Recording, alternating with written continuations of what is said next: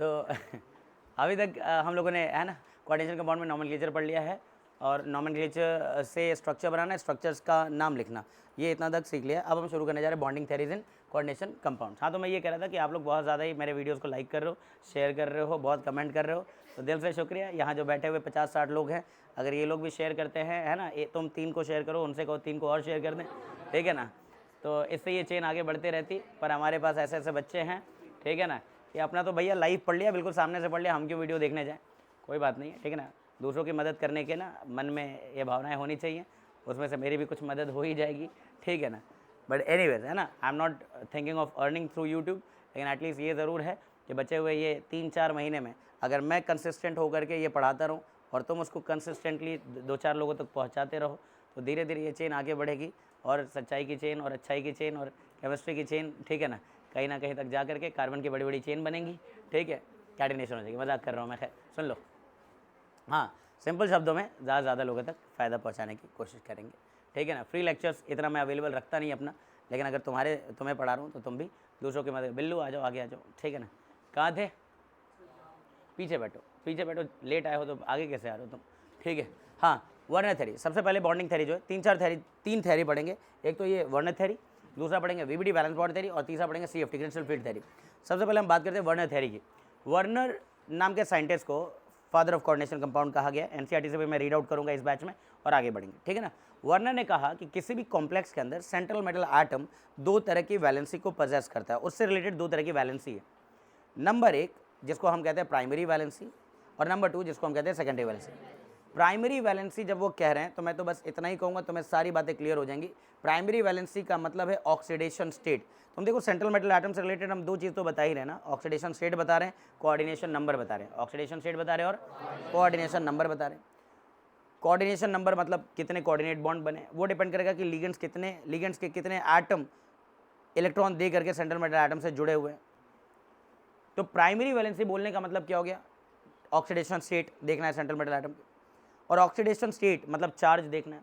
तो central metal atom पर charge जो है न्यूट्रल पार्टिकल्स के जरिए तो नहीं आने वाला है, वो जब भी आएगा किसके जरिए आएगा, चार्ज पार्टिकल के जरिए। किसके जरिए आएगा, चार्ज पार्टिकल के जरिए आएगा। बोलो आ रही बात में। लेकिन जब मैं सेकेंडरी वैलेंसी की बात करूं तो सेकेंडरी वैलेंसी का मतलब कोऑर्डिनेशन नंबर, और कोऑर्डिनेशन नंबर न्यूट्रल वाले के जरिए भी सेटिस्फाई हो सकता है, चार्ज वालों के जरिए भी सेटिस्फाई हो सकता है।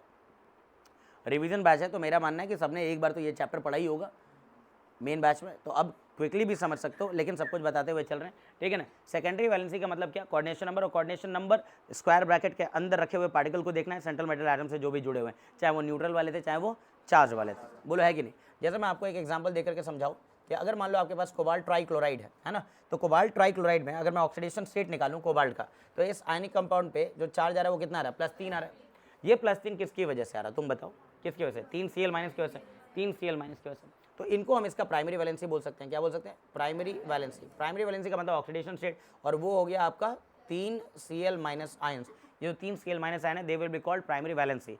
अब अल्फ्रेड वर्नर ने कई सारे एडिशन कंपाउंड बनाए थे, कई सारे एडिशन कंपाउंड बनाने के लिए क्या करते हैं हम, 2 या 2 से ज़्यादा सिंपल स्टेबल कंपाउंड को एक डेफिनेट रेशियो में मिक्स करके कई तरह के हम कंपाउंड्स प्रिपेयर कर लेते हैं। बोलो है कि नहीं। तो आपके पास कोबाल्ट ट्राइक्लोराइड है और आपने अमोनिया लिया, अमोनिया, और इनको वेरियस रेशियोज में मिक्स कर दिया। मान लो यहाँ पर x मोल्स ऑफ अमोनिया लिया आपने, तो इस तरह से अल्फ्रेड वर्नर ने कई डिफरेंट तरह के एडिशन कंपाउंड बनाए थे। बोलो आ रही बात समझ, ठीक है, समझते ज़रा इसको।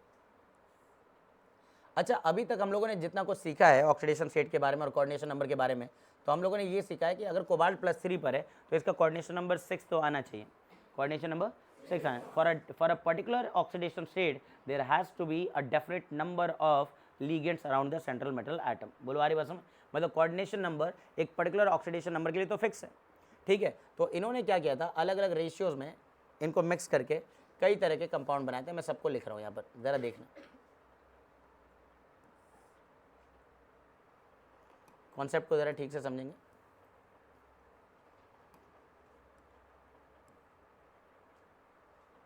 ठीक है। अच्छा, अगर इन्होंने इसको 1:6 रेशियो में मिक्स किया होता तो हमारा जो एडिशन कंपाउंड बनेगा उसका फॉर्मूला क्या आएगा, सर उसका फॉर्मूला आएगा COCl3.6NH3, यही आएगा। अगर उन्होंने इसको 1:5 में मिक्स किया होता, किस रेशियो में, 1:5 या 1:4, बोलो आ रही बात, कुछ गलत है क्या? 1:6 का मतलब समझ रहे हो, है ना? ये 1 मोल लिया और ये कितना लिया, 6 मोल लिया था, ये 1 मोल लिया था और ये 5 मोल लिया था, है ना? तो इस तरह से डिफरेंट डिफरेंट हम लोग कंपाउंड बना सकते हैं। बोलो फॉर्मूला बताओ ज़रा, एडिशन कंपाउंड का फॉर्मूला क्या आएगा? यहाँ आएगा COCl3.5NH3, यहाँ पर आएगा ये COCl3.4NH3 और यहाँ आएगा COCl3.3NH3। तो उन्होंने ये 4 तरह के एडिशन कंपाउंड बना लिए, A, B, C और D। बोलो आ रही बात समझ? ठीक है, अब इन पर स्टडी उन्होंने शुरू करी। स्टडी शुरू करने का मतलब उनको पता लगाना था कि हमने सेम स्टार्टिंग मटेरियल से, सेम इनिशियल कंपाउंड से कई तरह के एडिशन कंपाउंड बनाए हैं, तो क्या ये सभी के सभी स्ट्रक्चरली सेम है, क्या ये सभी के सभी प्रॉपर्टीज़ में सेम है? तो ये पता लगाने के लिए उन्होंने कई सारे एक्सपेरिमेंट किए थे।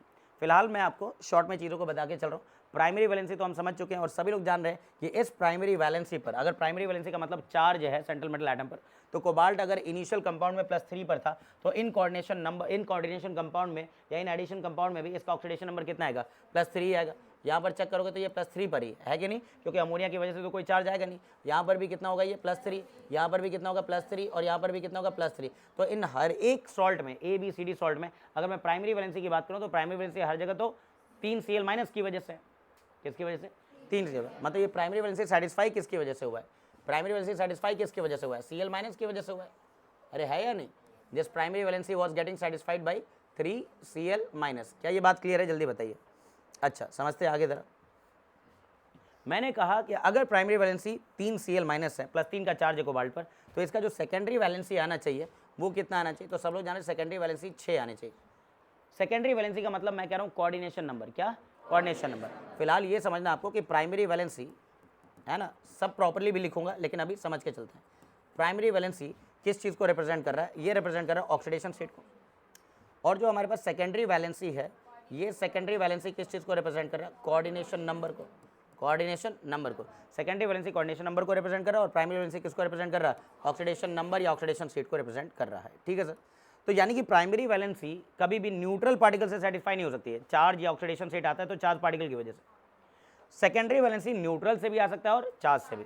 अच्छा, अब इन सब का अपना एक कॉम्प्लेक्स फॉर्मूला होगा, सबका अपना एक कॉम्प्लेक्स फॉर्मूला होगा। बोलो है कि नहीं? क्योंकि अब हम लोग कोऑर्डिनेशन कंपाउंड में बहुत सारी बेसिक चीज़ों को क्लियर कर चुके हैं और तुम ये रिवीजन बैच में पढ़ रहे हो, दूसरी बार पढ़ रहे हो, तो आपको पता है कि इन सभी का अपना एक कॉम्प्लेक्स फॉर्मूला होगा जिसमें स्क्वायर ब्रैकेट के अंदर सेंट्रल मेटल एटम रखना और लिगेंड रखना है, सही, और स्क्वायर ब्रैकेट के बाहर आयंस रखने, स्क्वायर ब्रैकेट के बाहर आयंस रखने। दूसरी बात, अगर मैं आयंस की बात करूं, ठीक है ना, तो आयंस केवल और केवल Cl- ही है। इनिशियल जो हमने कंपाउंड लिया उसमें आयन कौन है? Cl-। अमोनिया का भी कोई आयन है नहीं, आयन कौन है? Cl-। अच्छा, तो इसका मतलब ये हो गया कि Cl- जो है यहाँ पर, it can act as ligand. बोलो है कि नहीं? यहाँ जो Cl- है वो कैसा बिहेव कर सकते हैं? लीगेंड की तरह, जब वो क्लोराइडो कहलाएंगे। स्क्वायर ब्रैकेट के अंदर अगर Cl- है तो वो लीगेंड है। और it can behave as ions, simple ions की तरह भी बिहेव कर सकते हैं। अरे है कि नहीं? तो Cl- के पास तो ये पावर है कि वो जब चाहे लीगेंड की तरह बिहेव करने लगे, जब चाहे वो आयंस की तरह बिहेव करने लगे, जब चाहे लीगेंड जब चाहे आयन। कहाँ वो कैसा बिहेव करेगा वो डिपेंड करेगा कि कोऑर्डिनेशन नंबर आपको कितना लाना है। तो हमने कह दिया कोऑर्डिनेशन नंबर इसका कितना लाना है? 6 लाना है। कोबाल्ट +3 पे तो कोऑर्डिनेशन नंबर कितना लाना है? डेफिनेटली यार, इतने सारे कंपाउंड देखे हम लोगों ने पीछे कि कोबाल्ट अगर +3 पे तो इसका कोऑर्डिनेशन नंबर तो 6 आएगा ही आएगा। अरे है या नहीं? ठीक है, तो अब इसका कॉम्प्लेक्स फॉर्मूला लिख रहा हूँ कि बीच में तो चलो सेंट्रल मेटल एटम हो गया कोबाल्ट, अमोनिया कितने हैं यहाँ पर? 6।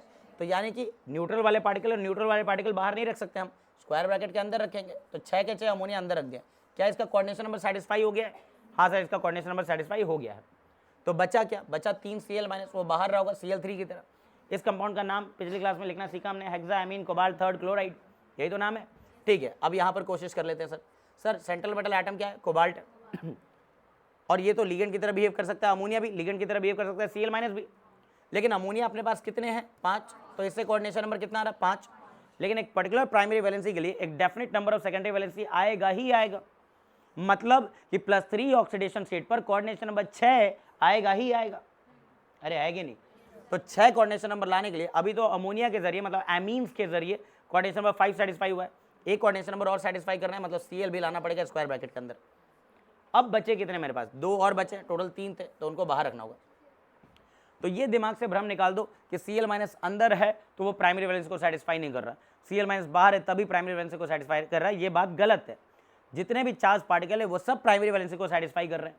अरे हाँ या ना, ये अंदर रखा हुआ है तब भी -1 का चार्ज दे रहा है, तो इस पर +1 आया होगा इसकी वजह से। ये जो दो बाहर हैं इनकी वजह से भी -2 का चार्ज हो गया, तो सेंट्रल मेटल एटम पे +2 आया होगा। मतलब कोबाल्ट पे +3 आखिर किन किन की वजह से आया? सर कोबाल्ट के ऊपर +3 आ रहा है, अंदर के भी Cl माइनस की वजह से और बाहर के भी 2 Cl माइनस की वजह से, मतलब क्लोराइडो की वजह से भी, क्लोराइड के वजह से भी। अरे हाँ ना, इसलिए मैंने पहले लिख दिया प्राइमरी वैलेंसी क्या है, 3 Cl माइनस है। बोलो आ रही बात समझ? अब यहाँ लिखना है, यहाँ पर लिखना है।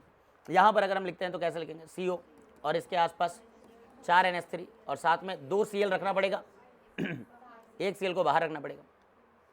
इस वाले के लिए क्या लिखूंगा मैं, CO NH3 का होल थ्राइस और Cl3। क्या बाहर कोई Cl माइनस है? नहीं।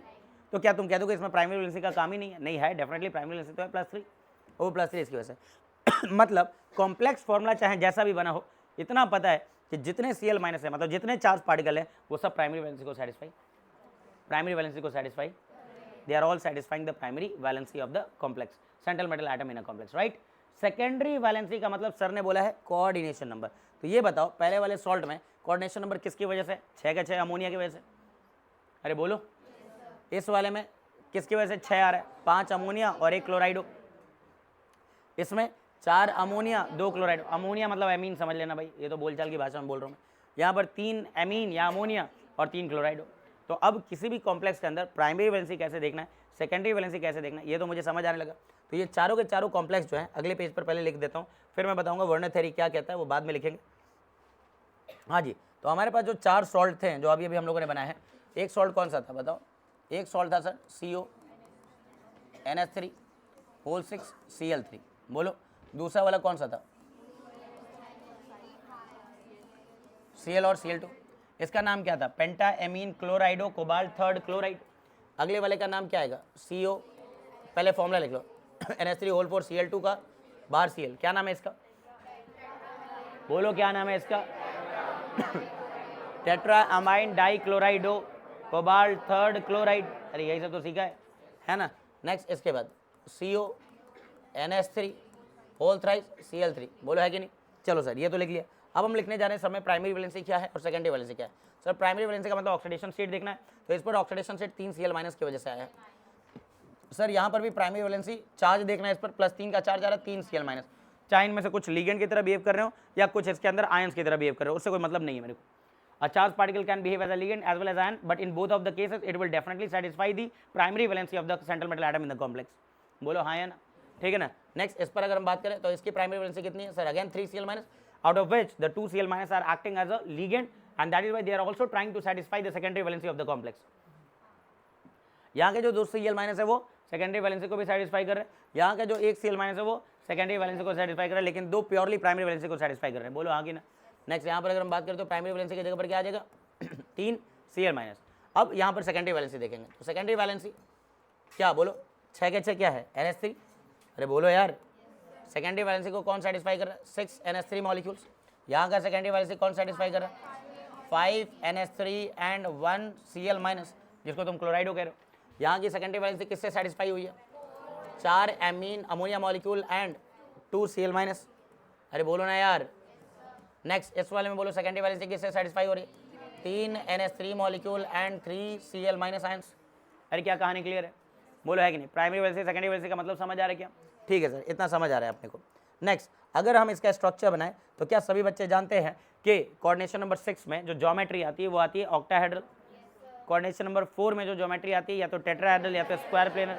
रिवीजन बैच है तो फुल फ्लैश तो नहीं बता सकता हूँ बीच बीच में, क्योंकि पहले जब मैंने मेन बैच में पढ़ाया था तो मैं कोऑर्डिनेशन पॉलीहेड्रा को डिफाइन करके कोऑर्डिनेशन पॉलीहेड्रा समझाया था। चलो नहीं भी जानते तो बेसिक चीज़ें तो केमिकल बॉन्डिंग क्लास 11 में पढ़ाया गया है। या अगर आपके पास AB2 टाइप का मॉलिक्यूल है तो वो लीनियर होगा। अरे आया ना। AB3 टाइप का मॉलिक्यूल है तो ट्राइगोनल प्लेनर बनता है। अगर कोई कॉम्प्लेक्स है जिसमें एक सेंट्रल मेटल एटम है और 3 लिगेंड है तो ट्राइगोनल प्लेनर। अब 4 है ना, तो इस चैप्टर में या तो टेट्राहेड्रली सराउंडेड होंगे 4 लिगेंड, या तो ऐसा होगा स्क्वायर प्लेनर। 5 है तो सब लोग जान रहे कि 5 में क्या करना है। 5 में या तो पेंटागोनल आप प्लेनर ले सकते हो, पेंटागोनल प्लेनर है ना, या फिर है ना आप क्या कर सकते हो, 3 रख सकते हो, ये पढ़ा हुआ है सबने, है ना। एक तो ये पॉसिबिलिटी है, या फिर एक पॉसिबिलिटी क्या है कि आपके पास 4 तो प्लेन में हो और एक नीचे आ जाए, और एक नीचे आ जाए, 4 प्लेन में हो और एक लेकिन नीचे आ जाए, इसको हम स्क्वायर पिरामिडल कहेंगे। क्या कहेंगे, स्क्वायर पिरामिडल। अब 6 को रखना है तो क्या कर सकते हैं, 6 को कैसे रख सकते हैं, 4 को प्लेन में रख दीजिए सर, और एक को ऊपर और एक को नीचे रख दीजिए, इसको ऑक्टाहेड्रल बोलते हैं। खैर इतनी सारी बात आपको पता होनी चाहिए कि बॉन्डिंग में जब सेंट्रल मेटल एटम और लिगेंड के बीच में बॉन्ड बनेगा तो वो कोवेलेंट बॉन्ड है, कोऑर्डिनेट बॉन्ड है। कोऑर्डिनेट बॉन्ड भी तो कोवेलेंट बॉन्ड है, और कोवेलेंट बॉन्ड डायरेक्शनल नेचर के बॉन्ड होते हैं। कैसे होते हैं, तो उसमें ज्योमेट्री का तो रोल आएगा, उसमें डायरेक्शन का तो रोल आएगा ही, तो वो ध्यान रखना है अपने को। खैर अब मैं यहाँ पर देख रहा हूँ कि कोऑर्डिनेशन नंबर क्या है, यहाँ पर कोऑर्डिनेशन नंबर है 6, तो ऑक्टाहेड्रल ज्योमेट्री रहेगी। क्या रहेगी, ठीक है। अब ये अगर बीच में कोबाल्ट है तो इसके आसपास ऑक्टाहेड्रली किनका बॉन्ड बना होगा, आयन का बॉन्ड बना होगा या लीगेंड का बॉन्ड बना होगा, लीगेंड का। अरे बॉन्ड तो लीगेंड बना रहा है ना सेंट्रल मेटल एटम के साथ, तो लीगेंड को आपको अटैच करना है इसमें। खैर लीगेंड मतलब जिन्होंने सेकेंडरी वैलेंसी को सेटिस्फाई किया है उनको अटैच करना है। बोलो आ रही बात समझ, तो ठीक है सर। हम जो ऑक्टाहेड्रली 6 पार्टिकल को सेंट्रल मेटल एटम के आसपास रखेंगे, ये वो पार्टिकल होंगे जो लीगेंड की तरह बिहेव कर रहे हैं। बोलो बात समझ आ गई क्या। इसमें हम क्या पार्टिकल रख सकते हैं, तो भाई जो लीगेंड है, लीगेंड बताओ कौन है यहाँ पर, लीगेंड क्या है, 6 के 6 NH3।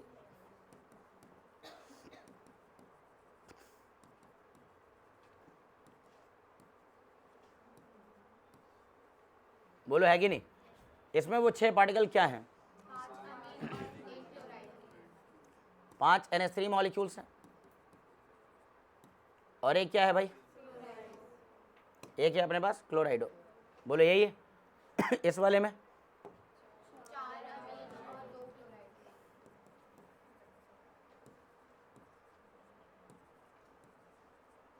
4 अमीन और 2 क्लोराइडो। इस वाले में अभी फिलहाल आप कहीं पे भी रख सकते हो, आप आइसोमेरिज्म की बात नहीं कर रहे हो, तो आप कहीं पे भी प्लेस कर सकते हो। और 3 क्या बोलना, ठीक है जी, रख दिया 3 क्लोराइडो, ये रखना था। इस स्ट्रक्चर में जो अभी फिलहाल हमने बनाया, इसमें अभी भी कुछ चीज़ें हैं जो पूरी तरह से रिप्रेजेंट नहीं हो रही हैं। जैसे इस स्ट्रक्चर को देखा जाए तो इसमें कौन से पार्टिकल नहीं नजर आ रहे हैं, वो जो प्राइमरी वैलेंसी को सेटिस्फाई कर रहे हैं 3 Cl-, तो उनको कहा गया कि आप उसको डॉटेड लाइन से रिप्रेजेंट करो। सेकेंडरी वैलेंसी को सेटिस्फाई करने वाले पार्टिकल एक्चुअली बोल्ड लाइन से रिप्रेजेंट होंगे, क्योंकि उनका एक्चुअल बॉन्ड बना हुआ है। और ये जो आयनाइजेबल पार्ट में रखे हुए पार्टिकल्स हैं जो बाहर है स्क्वायर ब्रैकेट के, वो तो आयनिक बॉन्ड से जुड़े होते हैं, और ionic bond non directional bond है। Ionic bond covalent bond directional, तो इनका तो यही डायरेक्शन होगा जुड़ने का, जो कोवेलेंट बॉन्ड से जुड़े होंगे। कोवेलेंट बॉन्ड से कौन जुड़े होंगे, लीगेंड्स जुड़े होंगे। लीगेंड्स मतलब वो जो सेकेंडरी वैलेंसी को सेटिस्फाई कर रहे हैं वो कोवेलेंट बॉन्ड से जुड़े हैं, और कोवेलेंट बॉन्ड एक पर्टिकुलर डायरेक्शन से ही बना होगा, तो इसलिए इनको बोल्ड लाइन से दिखा रहे हैं। लेकिन ये जो 3 Cl- हैं ये आयनिक बॉन्ड से जुड़े हैं, इनका कोई डायरेक्शन फिक्स, तो इनको रैंडमली आप कहीं भी दिखा सकते हो, जैसे मैंने यहाँ पर दिखा दिया। बोलो आ रही बात समझ, या फिर मैंने यहाँ दिखा दिया, या फिर मैंने यहाँ दिखा दिया, आप कहीं पे भी दिखा सकते हो। इनको डॉटेड लाइन से दिखाना है। किन से दिखाना है जी, डॉटेड लाइन से। तो डॉटेड लाइन से किनको दिखाना है, वो जो किसको सेटिस्फाई कर रहे हैं, हाँ, या फिर जो स्क्वायर ब्रैकेट के बाहर है, ठीक है ना। Cl-, यहाँ होगा Cl-, और यहाँ होगा Cl-। यहाँ पर कितने Cl- को डॉटेड लाइन से दिखाऊँ मैं, 2 Cl- को, है ना, डॉटेड लाइन से दिखाना। मान लो यहाँ दिखा दिया, क्या ये बात समझ आ रही, जल्दी बताइए। इस पर माइनस लगा लो। इसमें हालांकि एक बात देखिए, आपकी प्राइमरी वैलेंसी में 2 Cl- है कि 3 Cl- है, 3 Cl-, चाहे उनमें से एक लिगेंड की तरह बिहेव कर रहा या उनमें से 2 प्योरली आयंस की तरह बिहेव कर रहे हैं। तो इसका मतलब हो गया कि इस Cl- के लिए भी जिसने बॉन्ड बनाया था, ये सेकेंडरी वैलेंसी को तो सेटिस्फाई कर ही रहा है, साथ में प्राइमरी वैलेंसी को भी सेटिस्फाई कर रहा है। तो इसके लिए दोनों तरह के लाइंस आपको बना करके दिखाने पड़ेंगे। इसके लिए dotted as well as bold lines दोनों दिखाने होंगे। कुछ समझ आ गया, जल्दी बताओ, हाँ कि ना। अच्छा, यहाँ पर कितने प्राइमरी वैलेंसी है, 3 में से 2 तो सेकेंडरी वैलेंसी का भी रोल अदा कर रहे हैं, और एक जो है केवल और केवल कैसा बिहेव कर रहा है, प्राइमरी, तो उसको मान लो मैंने यहाँ रख दिया। अरे बोलो है कि नहीं। तो एक Cl- कैसा बिहेव कर रहा है, प्योरली प्राइमरी की तरह, और 2 Cl- कैसा बिहेव कर रहे हैं, primary as well as secondary. अरे कुछ समझ आ रहा है नहीं आ रहा है, बोलो। तो एक तो यहाँ भी रख सकते हैं हम लोग और एक तो यहाँ भी रख सकते हैं। बोलो बात समझ आ रही है क्या?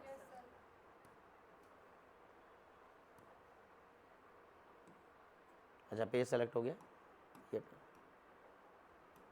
इस पर भी आएगा माइनस और इस पर भी आएगा माइनस।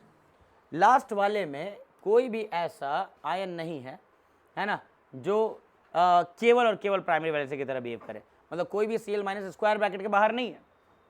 तो तीनों के तीनों Cl माइनस कैसा बिहेव करे? सेकेंडरी वैलेंसी, तो उनको बोल्ड लाइन से तो दिखाना ही है। साथ में वो प्राइमरी वैलेंसी की तरह भी बिहेव करे तो उनको डॉटेड लाइन से भी दिखाओगे आप। अरे है कि नहीं, जल्दी बताओ, क्या बात समझ आने लगी आप लोगों को? ये था इनका वर्नर स्ट्रक्चर। क्या था इनका? वर्नर के हिसाब से जो भी सेकेंडरी वैलेंसी को सेटिस्फाई करने वाले पार्टिकल्स हैं उनको तो आप बोल्ड लाइन से दिखाओ उनकी पर्टिकुलर ज्योमेट्री में, लेकिन जो प्राइमरी वैलेंसी को सेटिस्फाई करने वाले पार्टिकल है उनको डॉटेड लाइन से दिखाओ। डॉटेड लाइन से जो जिनको हम दिखा रहे हैं, हम कह रहे हैं कि उनमें कोई डायरेक्शनल प्रॉपर्टी नहीं है, लेकिन पता चला कि अगर चार्ज पार्टिकल स्क्वायर ब्रैकेट के अंदर भी हैं तो वो लीगेंड भी हैं, तब तो उनका एक डायरेक्शन भी रहा होगा। चार्ज पार्टिकल अगर लीगेंड की तरह बिहेव कर रहा है तब तो वो डायरेक्शन एक पर्टिकुलर डायरेक्शन से ही आ रहा होगा। साथ में वो प्राइमरी वैलेंसी को भी सेटिस्फाई कर रहा है, तो उसके लिए दोनों बॉन्ड्स बना के चलना पड़ेगा अपने को। अरे है कि नहीं? क्या इतनी बात क्लियर हो गई? पहले हाँ या ना में जवाब चाहिए मुझे, सोना नहीं है। अब जरा ध्यान से देखो इसके अलावा अब तुम लोगों ने सोल्यूशन चैप्टर भी पढ़ा है मुझसे, बोलो है कि नहीं? सभी बच्चे सोल्यूशन चैप्टर पढ़ ही चुके होंगे अब तक। तो सोल्यूशन चैप्टर में हमने क्या सीखा था? सोल्यूशन चैप्टर में वैंट ऑफ फैक्टर निकालना सीखा था। क्या निकालना सीखा था?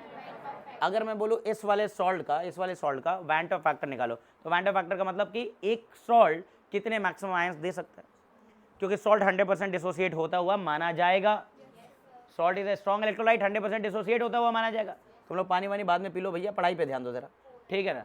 हाँ, वैंट ऑफ फैक्टर की बात करें तो ये एक कटायन और 3 अनायन देगा, तो वैंट ऑफ फैक्टर की वैल्यू कितनी है? 4। इसके वैंट ऑफ फैक्टर को अगर हम निकालें, है ना, तो ये एक कटायन देगा, स्क्वायर ब्रैकेट वाला हिस्सा एक कटायन है और 2 अनायन है, तो इसका वैंट ऑफ फैक्टर वैल्यू क्या है? इसके लिए वैंट ऑफ फैक्टर निकालेंगे तो, और इसके लिए वैंट ऑफ फैक्टर निकाले तो, अच्छा जिसका वैंट ऑफ फैक्टर 1 आ जाए उसको इलेक्ट्रोलाइट कहते हैं कि नॉन इलेक्ट्रोलाइट? नॉन इलेक्ट्रोलाइट कहते हैं। तो ये तो लास्ट वाला नॉन इलेक्ट्रोलाइट की तरह बिहेव कर रहा है, मतलब वो आयनाइज नहीं होता है, वो आयंस नहीं देता है। खैर, अब यही बात को समझिए। आज तो हम लोगों ने पहले, है ना, वर्नर थ्योरी से पहले ही मैंने कॉन्सेप्ट समझा दिया था, तो आज इन स्ट्रक्चर को देख करके तुम खुद समझ पा रहे हो कि कितने प्राइमरी वैलेंसी हैं, कितने सेकेंडरी वैलेंसी है। इसके साथ आज हम इनकी प्रॉपर्टीज को भी समझ पाएंगे। जैसे सोल्यूशन चैप्टर में एक टॉपिक पढ़ाया जाता है कॉलिगेटिव प्रॉपर्टी, बोलो है कि नहीं? तो कॉलिगेटिव प्रॉपर्टी आप सभी लोग जानते हैं, आयोटा और मोलैलिटी के प्रोडक्ट के डायरेक्टली प्रोपोर्शनल होता है। अरे बोलो हाँ या ना? सब लोगों ने ये पढ़ा है कि नहीं पढ़ा है? वहाँ पर कोई भी कॉलिगेटिव प्रॉपर्टी, चाहे वो डिप्रेशन इन फ्रीजिंग पॉइंट हो, चाहे वो एलिवेशन इन बॉइलिंग पॉइंट हो, चाहे वो ऑस्मोटिक प्रेशर हो, चाहे वो relative lowering of vapour pressure हो, हर एक कॉलिगेटिव प्रॉपर्टी की value वैंट Hoff factor into molality के प्रोडक्ट के डायरेक्टली प्रोपोर्शनल है। वर्नर ने क्या किया था कि ये जो 4 सॉल्ट बनाए थे, ये जो 4 एडिशन कंपाउंड बनाए थे, उन सभी का same molar solution equal concentration पर 4 सॉल्यूशन बना दिया। इसका भी बना दिया, इसका भी बना दिया, इसका भी बना दिया। फॉर एग्जांपल आप मान लो कि आपने इन सब के 1-1 मोल लिए थे और 1 मोल को 1 kg में घोल दिया था, तो मोलैरिटी कितनी हो गई? 1 हो गई। खैर, मोलैरिटी आप कुछ और भी रख सकते थे, मतलब बराबर मोल्स को बराबर मात्रा ऑफ सॉल्वेंट में ऐड कर दो, मोलैरिटी सेम कर लो। अगर मैं मोलैरिटी सेम कर दूंगा तो अब कॉलिगेटिव प्रॉपर्टी किस पर डिपेंड करेगी? वैंट ऑफ फैक्टर पर। अगर इन चारों सॉल्ट की मोलैरिटी क्या कर दी जाए? सेम, कॉन्सेंट्रेशन सेम कर दिया जाए, तो कॉलिगेटिव प्रॉपर्टी किसके डायरेक्टली प्रोपोर्शनल है? Van't Hoff factor. Van't Hoff factor के डायरेक्टली प्रोपोर्शनल। तो इसका मतलब हो गया कि जिसका वैंट ऑफ फैक्टर वैल्यू ज्यादा रहा होगा वहां पर कॉलिगेटिव प्रॉपर्टी की वैल्यू भी बहुत ज्यादा रहेगी। अच्छा, कॉलिगेटिव प्रॉपर्टी 4 होते हैं, वो लिख रहा हूं मैं जरा, है ना। एक होता है क्या बताओ? Delta TB, elevation in boiling point, ये भी किसके प्रोपोर्शनल है? आई इंटू एम के। दूसरा होता है डेल्टा टीएफ, ये भी किसके प्रोपोर्शनल है? I am. R L V P किसके प्रोपोर्शनल है? और एक osmotic pressure pi, osmotic pressure pi की वैल्यू किसके प्रोपोर्शनल है? अच्छा, इतना तो जान गए, बोला है कि नहीं? यही 4 कॉलिगेटिव प्रॉपर्टी है। एक बात और पहले से हमें पता होना चाहिए था कि अगर मैं कह रहा हूं कि एलिवेशन इन बॉइलिंग पॉइंट ज्यादा हुआ है, तो बॉइलिंग पॉइंट में इंक्रीमेंट ज्यादा हुआ है, यानी कि बॉइलिंग पॉइंट भी ज्यादा आया होगा। एलिवेशन अगर ज्यादा हो गया तो क्या बॉइलिंग पॉइंट भी ज्यादा नहीं आएगा? अरे मेरे पास 2 सोल्यूशन है ना, पानी लिया मैंने सॉल्वेंट, उसमें एक ये वाला सॉल्ट डाल दिया, एक ये वाला सॉल्ट डाल दिया। एक में मैं कह रहा हूँ 5 डिग्री का एलिवेशन है, एक में मैं कह रहा हूँ 3 डिग्री का एलिवेशन है, तो एलिवेशन कहाँ ज़्यादा आया? 5 डिग्री वाले में। एलिवेशन मतलब डेल्टा टी भी ज़्यादा आया था। 5 डिग्री के एलिवेशन का मतलब क्या कि जितना सॉल्वेंट का बॉइलिंग पॉइंट होगा उसमें 5 डिग्री और जोड़ देना, ये सोल्यूशन का बॉइलिंग पॉइंट कहलाएगा। 3 डिग्री के एलिवेशन का मतलब क्या है, सॉल्वेंट जितने टेम्परेचर पे बॉइल करेगा उसमें 3 डिग्री और बढ़ा लेना, ये सोल्यूशन का बॉइलिंग पॉइंट कहलाएगा। मतलब अगर डेल्टा टी भी ज़्यादा है, मतलब अगर एलिवेशन इन बॉइलिंग पॉइंट ज़्यादा है तो बॉइलिंग पॉइंट भी ज़्यादा आएगा ही आएगा। एलिवेशन इन बॉइलिंग पॉइंट ज़्यादा है तो बॉइलिंग पॉइंट ऑफ सोल्यूशन भी ज़्यादा आएगा। ये बात आपको पता होनी चाहिए, ये लिख रहा हूँ मैं कहीं पर, ठीक है ना, कहीं पर मतलब यही लिख देते हैं, ठीक है, कि अगर आपका बॉइलिंग पॉइंट की हम बात करें तो बॉइलिंग पॉइंट किसके डायरेक्टली प्रोपोर्शनल है, डेल्टा टी बी, और डेल्टा टी बी किसके प्रोपोर्शनल है, आई एम के। ये कंसेप्ट भूलना मत, ये सोल्यूशन चैप्टर के लिए भी काम आता है। क्या करूँ, ठीक है ना, सोल्यूशन चैप्टर में भी काम आएगा और ये काम आता है कोऑर्डिनेशन में भी। बोलो आगे बात समझ, कि बॉइलिंग पॉइंट जो होता है जिसको हम टीबी लिखते हैं, टीबी का मतलब क्या, बॉइलिंग पॉइंट। बॉइलिंग पॉइंट कहाँ ज़्यादा होगा, जहाँ पर आईएम ज़्यादा होगा और वहीं पर एलिवेशन भी ज़्यादा होगा। लेकिन इस वाले टर्म को हम क्या बोलते हैं, डिप्रेशन इन फ्रीजिंग पॉइंट। अरे तो डिप्रेशन का मतलब क्या होता है, कम हो जाना, मतलब जहाँ पर डिप्रेशन ज़्यादा होगा वहाँ पर फ्रीजिंग पॉइंट सबसे कम हो जाएगा। नहीं समझ पा रहे हो, अगर एक जगह 5 डिग्री का डिप्रेशन आया है और एक जगह 8 डिग्री का डिप्रेशन आया है, डिप्रेशन का मतलब कि इसका जो फ्रीजिंग पॉइंट होगा सॉल्वेंट के मुकाबले 8 डिग्री कम होगा, और जहाँ डिप्रेशन 5 डिग्री आया है वहाँ पर फ्रीजिंग पॉइंट जो आएगा वो सॉल्वेंट के मुकाबले 5 डिग्री कम आएगा। ये है सॉल्वेंट का फ्रीजिंग पॉइंट, यहाँ 5 डिग्री का डिप्रेशन है, यहाँ 8 डिग्री का डिप्रेशन है, तो मतलब किस सॉल्यूशन का फ्रीजिंग पॉइंट सबसे कम हो गया होगा, जिसमें ज़्यादा डिप्रेशन है। तो यानी कि डिप्रेशन अगर ज़्यादा है, डेल्टा टी एफ अगर ज़्यादा है तो टी एफ उतना ही कम हो जाएगा। तो यानी कि एक कॉन्सेप्ट और जानना है अपने को, वो ये है कि फ्रीजिंग पॉइंट किसी भी सोल्यूशन का डिप्रेशन इन फ्रीजिंग पॉइंट के इनवर्सली प्रोपोर्शनल होता है, मतलब आई एम के। ये समझ गया, तो अब मैं बता रहा हूँ, यार कुछ ज़्यादा ही कॉर्नर में चला गया हूँ मैं, अब इसको नहीं टच कर रहा मैं, ठीक है ना। हाँ ये समझ गया, जल्दी बताओ। आयोटा अगर ज़्यादा है, आयोटा अगर ज़्यादा है तो वेंटर फैक्टर ज़्यादा है, वेंटर फैक्टर अगर ज़्यादा है तो बॉइलिंग पॉइंट ज़्यादा है लेकिन फ्रीजिंग पॉइंट कम है। वर्नर ने क्या किया था कि ये जो चारों सॉल्ट जो अभी हमने लिखे थे उन सब पर यही स्टडी किया था, किसका बॉइलिंग पॉइंट ज़्यादा आ रहा है, किसका फ्रीजिंग पॉइंट, तब जाकर के उन्होंने ये वाले फॉर्मूलेज दिए थे कि देखो भले सब के सब सेम स्टार्टिंग मटेरियल से बनाए गए हैं लेकिन सबकी प्रॉपर्टीज़ क्या हैं, अलग अलग हैं। जब इनको डिफरेंट मोलर रेशियो में प्रिपेयर किया गया तो सबकी प्रॉपर्टी अलग है, बॉइलिंग पॉइंट सबका अलग आ रहा है, फ्रीजिंग पॉइंट सबका अलग आ रहा है। जाहिर है कि वेंटर फैक्टर जहाँ ज़्यादा है वहाँ नंबर ऑफ आयन ज़्यादा है, नंबर ऑफ आयन ज़्यादा है तो कंडक्टिविटी भी ज़्यादा होगी, कंडक्टिविटी भी ज़्यादा होगी। तो ये 3-4 बातें यहाँ से पूछी जा सकती है कोई भी कॉम्प्लेक्स का एक फॉर्मूला दे करके। इस तरह से वो फॉर्मूला नहीं लिखेगा, वो इस तरह से लिखेगा, एडिशन कंपाउंड के फॉर्म में लिखेगा, और लिखने के बाद बोलेगा कि ऑर्डर ऑफ फ्रीजिंग पॉइंट बताओ, ऑर्डर ऑफ बॉइलिंग पॉइंट बताओ। अब इस सवाल को ऐसे मत देखो, ऐसे देखो, दिमाग चलाओ। कोबाल्ट ने 6 अमोनिया के साथ बॉन्ड बना लिए तो 3 Cl- बाहर है, तो नंबर ऑफ आयन से ज़्यादा देगा। कोबाल्ट 5 अमोनिया के साथ बॉन्ड बना तो 2 Cl- बाहर है, 1 Cl- अंदर है, तो ये कम आयन देगा, ये और कम आयन देगा, ये और कम आयन देगा। सबसे ज़्यादा आयन कहाँ मिलेगा पहले वाले में। नंबर ऑफ आयन ज़्यादा है मतलब नंबर ऑफ पार्टिकल ज़्यादा है, नंबर ऑफ पार्टिकल ज़्यादा है तो कॉलिगेटिव प्रॉपर्टी की वैल्यू ज़्यादा है। तो colligative properties are those properties which depends on the number of solute particle in the solution. अगर सोल्यूशन के अंदर सोल्यूट पार्टिकल ज़्यादा है तो कॉलिगेटिव प्रॉपर्टी की वैल्यू भी, और 4 कॉलिगेटिव प्रॉपर्टी ज़्यादा आएंगी, delta T B, delta T F, osmotic pressure और RLVP। और जहाँ डेल्टा टी बी ज़्यादा है वहाँ टीबी भी ज़्यादा है, जहाँ डेल्टा टी एफ ज़्यादा है वहाँ टी एफ कम है। बस इतनी सही भाई कहानी है पूरी कॉलिगेटिव प्रॉपर्टी के रिलेटिव क्वेश्चन को करने के लिए। बोलो आ रही बात समझ। खैर तो इस तरह से 4 सॉल्ट दे करके पूछेगा। तो चलिए बताइए कि अगर मैं पूछता हूँ यहाँ पर ऑर्डर ऑफ बॉइलिंग पॉइंट बताना आपको है ना, ऑर्डर ऑफ फ्रीजिंग पॉइंट बताना है, तो इसमें क्या लिखना चाहिए, किसका बॉइलिंग पॉइंट ज़्यादा आ रहा है, फर्स्ट वाले का ज़्यादा आएगा। जहाँ ABCD लिखा था मैंने वैसे लिख रहा हूँ, PPT कंटिन्यू चल रही है ना। अरे पीछे अभी ABCD सॉल्ट लिखे थे, ये रहा ABCD सॉल्ट, दिख रहा है सबको, है कि नहीं। तो A का क्या होगा सबसे ज़्यादा बॉइलिंग पॉइंट, क्योंकि उसमें नंबर ऑफ आयन ज़्यादा है, नंबर ऑफ आयन ज़्यादा है मतलब वेंटर फैक्टर ज़्यादा है। कुछ तो बोलो यार, यस सर। A का ज़्यादा, फिर B, फिर C, फिर D, लेकिन फ्रीजिंग पॉइंट में उल्टा कर देना, A का कम, फिर B का, फिर C का, फिर D का। मैक्सिमम और मिनिमम फ्रीजिंग पॉइंट पूछेगा तो देख लेना, इंक्रीजिंग और डिक्रीजिंग ऑर्डर मांगेगा तो वो भी देख लेना। अब ऑस्मोटिक प्रेशर का ऑर्डर मांगे, order of osmotic pressure, osmotic pressure का ऑर्डर बताएंगे। ऑस्मोटिक प्रेशर कहाँ, जहाँ वेंटर फैक्टर ज़्यादा, वेंटर फैक्टर कहाँ ज़्यादा है, A में, फिर B में, फिर C में, फिर D में। अगर ऑर्डर ऑफ RLVP पूछे, ऑर्डर ऑफ RLVP मतलब relating lowering of vapour pressure, ये भी एक कॉलिगेटिव प्रॉपर्टी है। और कॉलिगेटिव प्रॉपर्टी की, अच्छा क्या बॉइलिंग पॉइंट एक कॉलिगेटिव प्रॉपर्टी है? क्या बॉइलिंग पॉइंट एक कॉलिगेटिव प्रॉपर्टी है? नहीं गधों, डेल्टा टी भी है कॉलिगेटिव प्रॉपर्टी, बॉइलिंग पॉइंट नहीं है। एलिवेशन इन बॉइलिंग पॉइंट एक कॉलिगेटिव प्रॉपर्टी। क्या फ्रीजिंग पॉइंट एक कॉलिगेटिव प्रॉपर्टी है? नहीं, डिप्रेशन इन फ्रीजिंग पॉइंट एक कॉलिगेटिव प्रॉपर्टी है। क्या ऑस्मोटिक प्रेशर कॉलिगेटिव प्रॉपर्टी है? अरे है। क्या वेपर प्रेशर एक कॉलिगेटिव प्रॉपर्टी है? नहीं है गधों, वेपर प्रेशर नहीं, RLVP रिलेटिव लोअरिंग। क्या लोअरिंग ऑफ वेपर प्रेशर एक कॉलिगेटिव प्रॉपर्टी है? नहीं, relative lowering of vapour pressure एक कॉलिगेटिव प्रॉपर्टी। ये सब भी सवाल पूछे जाते हैं छोटे छोटे ऑब्जेक्टिव में, ठीक है ना। So order of relative lowering of vapour pressure, जहाँ पर नंबर ऑफ आयंस ज़्यादा है, कहाँ पर? ए में, फिर बी में, फिर सी में, फिर डी में। ऑनलाइन देखने वालों, ये कोई स्पीड बढ़ा करके नहीं बात कर रहा हूँ, यही स्पीड है, ठीक है ना, आज की क्लास में। चलो खैर, अब इसके बाद एक सवाल और इंपॉर्टेंट हो जाता है, वो है प्रेसिपिटेट बनेगा तो कहाँ ज़्यादा प्रेसिपिटेट बनेगा और कहाँ कम प्रेसिपिटेट बनेगा। तो इसको हम अगले स्लाइड पे देखते हैं ज़रा। आपने प्रेसिपिटेट कब बनेगा, देखिए जो Cl माइनस देंगे ना, जो Cl माइनस देंगे तो उसमें अगर मैं सिल्वर नाइट्रेट डाल दूं, क्या डाल दूं? सिल्वर नाइट्रेट, है कि नहीं। तो आपके पास जो एडिशन कंपाउंड बने थे,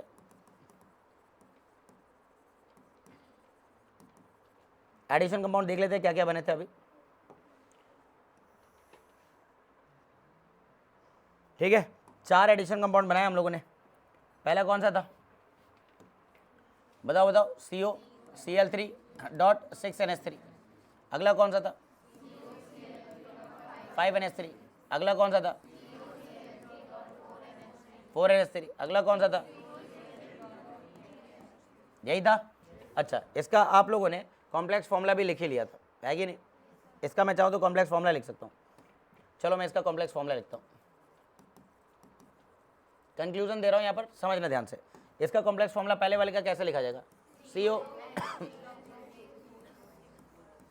Cl3। अगले का कॉम्प्लेक्स फॉर्मूला बोलो, Cl2। अगले का कॉम्प्लेक्स फॉर्मूला CONH3 का होल 4 Cl2 और बाहर एक Cl। लास्ट वाले का कॉम्प्लेक्स फॉर्मूला, समझ आ गया? अच्छा, इनके कटायन और अनायन को भी अलग अलग लिखा जा सकता है, लिखा जा सकता है, जल्दी बताओ। कटायन और अनायन को, मतलब इनको आयनाइज करके लिखा जा सकता है ना, तो इनको आयनाइज करके लिखते हैं ज़रा। इनका आयनाइजेशन रिएक्शन, तो आयनाइजेशन रिएक्शन में ये आयंस फर्निश करेंगे, वो आयंस लिखने हैं। कटायन कैसा बनेगा, कितने चार्ज का? कटायन पर कितना चार्ज आएगा? कटायन पर कितना चार्ज आएगा? +3। अरे 3 Cl माइनस है, AlCl3 जैसा मामला है। कैसा?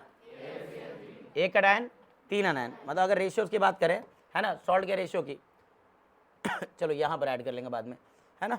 पहले इसके कटायन पार्ट को लिखते हैं। कटायन बताओ इसका कैसा है? CONH3 होल 6, पूरे पर कितना चार्ज आएगा? 3+ और साथ में 3 Cl माइनस फर्निश करेगा ये।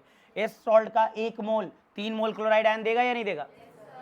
बोलो है कि नहीं। इस वाले सॉल्ट का 1 मोल अगर मैं लेता हूँ CONH3 होल 5 Cl, तो कितना चार्ज भेज दूँ कटायन पर? 2+, क्योंकि बाहर रखा हुआ 2 Cl माइनस, है ना। टोटल चार्ज कितना ला रहा है? -2 का चार्ज ला रहा है। अरे बोलो ना यार, है ना। इस वाले में एक कटायन एक अनायन है, +1 और -1 के चार्ज के, तो इस वाले कटायन को उठा लो, CONH3 होल 4 Cl2, डब्बे पर आएगा कितना चार्ज? +1। अच्छा, डब्बे का चार्ज नहीं निकालना था तो पिछली क्लास के लेक्चर को देखो, उसमें क्या लिखा था मैंने?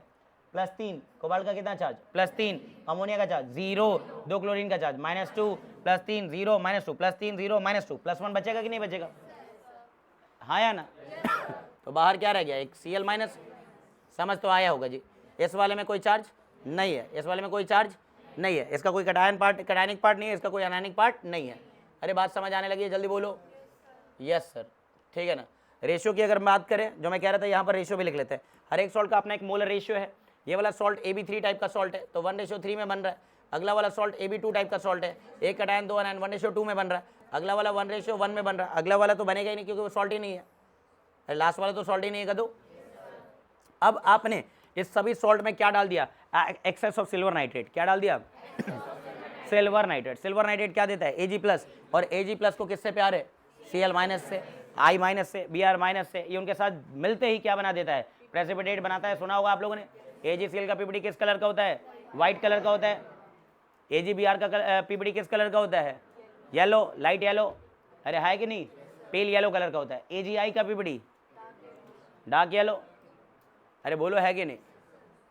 हाँ कि ना। और आपने आयोडोफॉर्म का अभी आयोडोफॉर्म टेस्ट पढ़ा है तुम लोगों ने, वो भी अच्छा वाइट होता है आयोडोफॉर्म, बहुत बढ़िया। आयोडोफॉर्म कैसा पीपीटी, येलो पीपीटी। खैर चलो, so moles of AgCl on reaction with excess silver nitrate. सुन लेंगे ध्यान से, आपने एक्सेस सिल्वर नाइट्रेट डाल दिया और आपने चेक किया कि भले मैंने इन 4 कंपाउंड को सेम स्टार्टिंग मटेरियल से बनाया है, लेकिन देखो इनकी केमिकल प्रॉपर्टीज अलग है, देखो इनकी फिजिकल प्रॉपर्टीज अलग हैं। अरे फिजिकल प्रॉपर्टीज अलग थी, बॉइलिंग पॉइंट सबके अलग अलग आए हैं, फ्रीजिंग पॉइंट सबका अलग अलग आया है कि नहीं आया, तो वो तो चलो फिजिकल प्रॉपर्टीज है, क्या इनका केमिकल प्रॉपर्टी भी अलग है, इनकी केमिकल रिएक्शंस अलग तरीके से हो रही हैं, मतलब अलग मोल्स ऑफ AgCl मिला, मतलब रिएक्शन भी तो इनके डिफरेंट है, मतलब केमिकल प्रॉपर्टीज अलग हैं। आपने सब में क्या डाला, सिल्वर नाइट्रेट, सबको सिल्वर नाइट्रेट से रिएक्ट करा दिया। इस वाले में आपको मिल गए थे 3 मोल AgCl के पीपीटी। कितने मिले थे, 3 मोल AgCl के पीपीटी। क्यों मिले थे अब समझ आने लगा होगा, क्योंकि ये जो 3 के 3 Cl- है, सबके सब आयनाइजेबल नेचर के हैं। तब जाकर के वर्नर ने बोला कि यानी कि इस सॉल्ट में भले 3 Cl- हैं, इस सॉल्ट में भी भले 3 Cl- हैं, लेकिन सब में different moles of AgCl PPT मिला, जो कि ये बता रहा कि कुछ Cl- अपनी प्रॉपर्टी लूज कर दे रहे, अपनी आइडेंटिटी लूज कर दे रहे, कुछ Cl- अपनी मतलब वो आयन की तरह रह ही नहीं रहे। अगर वो आयन की तरह रहते हैं तो तीनों के तीनों AgCl, तीनों के तीनों Cl- से AgCl पीपीटी सब में बना होता। नहीं समझ रहे मेरी बात को, नहीं समझ रहे मेरी बात को, बात समझ आने लगी, हाँ या ना? कहने का मतलब इसमें कितने Cl- आयनाइजेबल नेचर के हैं, 2, तो इसमें कितने मोल AgCl मिला, 2 मोल।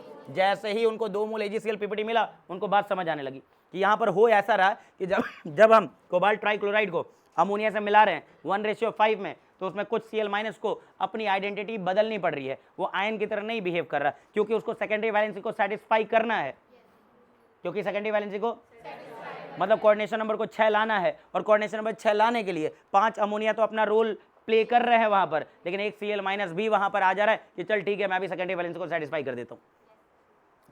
मतलब वो अब आयंस की तरह रह नहीं रहा है, now it is not acting as an ion. बोलो आ रही बात समझ, वो आयन की तरह कोई बिहेव नहीं कर रहा है। इस वाले में देखा जाए तो इस वाले में कितने मोल AgCl का पीपीटी मिला, मात्र 1 मोल AgCl का पीपीटी मिला। इसमें कितने मोल AgCl का पीपीटी, 0 मोल AgCl। तो आप आपसे जो सवाल पूछे जाएंगे इस फॉर्मेट में देकर के पूछे जाएंगे। बोलो आ रही बात समझ, कि there is a complex CO है ना, Cl3 डॉट इतने मोल्स ऑफ वाटर या इतने मोल्स ऑफ अमोनिया, तो बताना है कि जब मैंने इसको एक्सेस सिल्वर नाइट्रेट से ट्रीट किया तो ये कितने मोल AgCl पीपीटी दे सकता है, या अगर इतने मोल AgCl का पीपीटी दिया तो इसका फॉर्मूला लिख करके दिखाओ, इसका IUPAC नेम लिख करके दिखाओ। इस तरह के सवाल मैंने क्लास में करवाए हैं तुम्हें, वही तो रिवीजन चल रहा है, तो रिवीजन में तो भाई सबको समझाना पड़ेगा। इतनी बात समझ आने लगी है क्या? अच्छा, क्या यहाँ से हम ये भी बोल सकते हैं कि ऑर्डर ऑफ आयनिक कंडक्टेंस भी लिखा जा सकता है, ऑर्डर ऑफ आयनिक कंडक्टेंस या मोलर कंडक्टिविटी, या ये सब भी पूछे। मैं बता रहा हूँ कि इस चैप्टर को, कोऑर्डिनेशन कंपाउंड को, है ना, कई चैप्टरों में यूज़ करा जाता है भैया। सोल्यूशन चैप्टर में यूज़ किया जाता है, इलेक्ट्रोकेमिस्ट्री में भी यूज़ किया जाता है। जा करके कॉम्पिटिशन लेवल के सवाल उठा लो, वहाँ पर तुम्हें मिलेंगे। ऑर्डर ऑफ मोलर कंडक्टिविटी बताओ, अरे मोलर कंडक्टिविटी का मतलब नंबर ऑफ आयंस देखना है मेरे को, कि किसके 1 मोल कंपाउंड से ज़्यादा मोल्स ऑफ आयंस मिले थे, नहीं तो उनकी कंडक्टिविटी वैल्यू क्या आएगी, ज़्यादा आएगी। तो सबसे ज़्यादा कंडक्टिविटी कौन देगा, A वाला देगा, फिर कौन देगा, B, फिर C, फिर D। अरे है कि नहीं, बात समझ आने लगी है, जल्दी बताइए। ठीक है सर, इतना तो समझ आने लगा। तो वर्नर थ्योरी क्या था, वर्नर थ्योरी जैसा मैं बता रहा था, लिखा हुआ तो मैं आपको है ना अगले वाले में बता दूंगा, लेकिन सुन लो वर्बली। वर्नर थ्योरी के हिसाब से किसी भी कॉम्प्लेक्स में सेंट्रल मेटल एटम के 2 तरह की वैलेंसीज होती हैं, एक होता है प्राइमरी वैलेंसी और एक होता है secondary valency. Primary valency represent the oxidation state of the central metal atom, where the secondary valency represent the coordination number of the central metal atom. Primary valency generally ionizable nature की होती है, generally, बात समझ तो आ ही रही कि ज़्यादातर हिस्सों में ये जो प्राइमरी वैलेंसी है ये आयनाइजेबल टाइप की है, जो Cl- से आयनाइजेबल होते हैं ज़्यादातर केसेस में। बट सेकेंडरी वैलेंसी कभी भी आयनाइजेबल नहीं है ना, नॉन आयनाइजेबल होता है।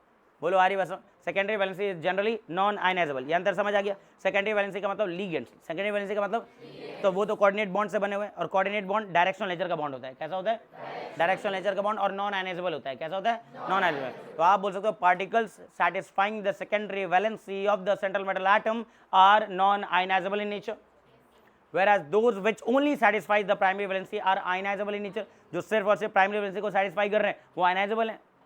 अरे हाँ या ना। लास्ट पॉइंट हम ये ले सकते हैं कि जो सेकेंडरी वैलेंसी होती है वो बोल्ड लाइन से रिप्रेजेंट की जाती है, और जो प्राइमरी वैलेंसी होती है वो डॉटेड लाइन से रिप्रेजेंट की जाती है। बोलो हाँ या ना।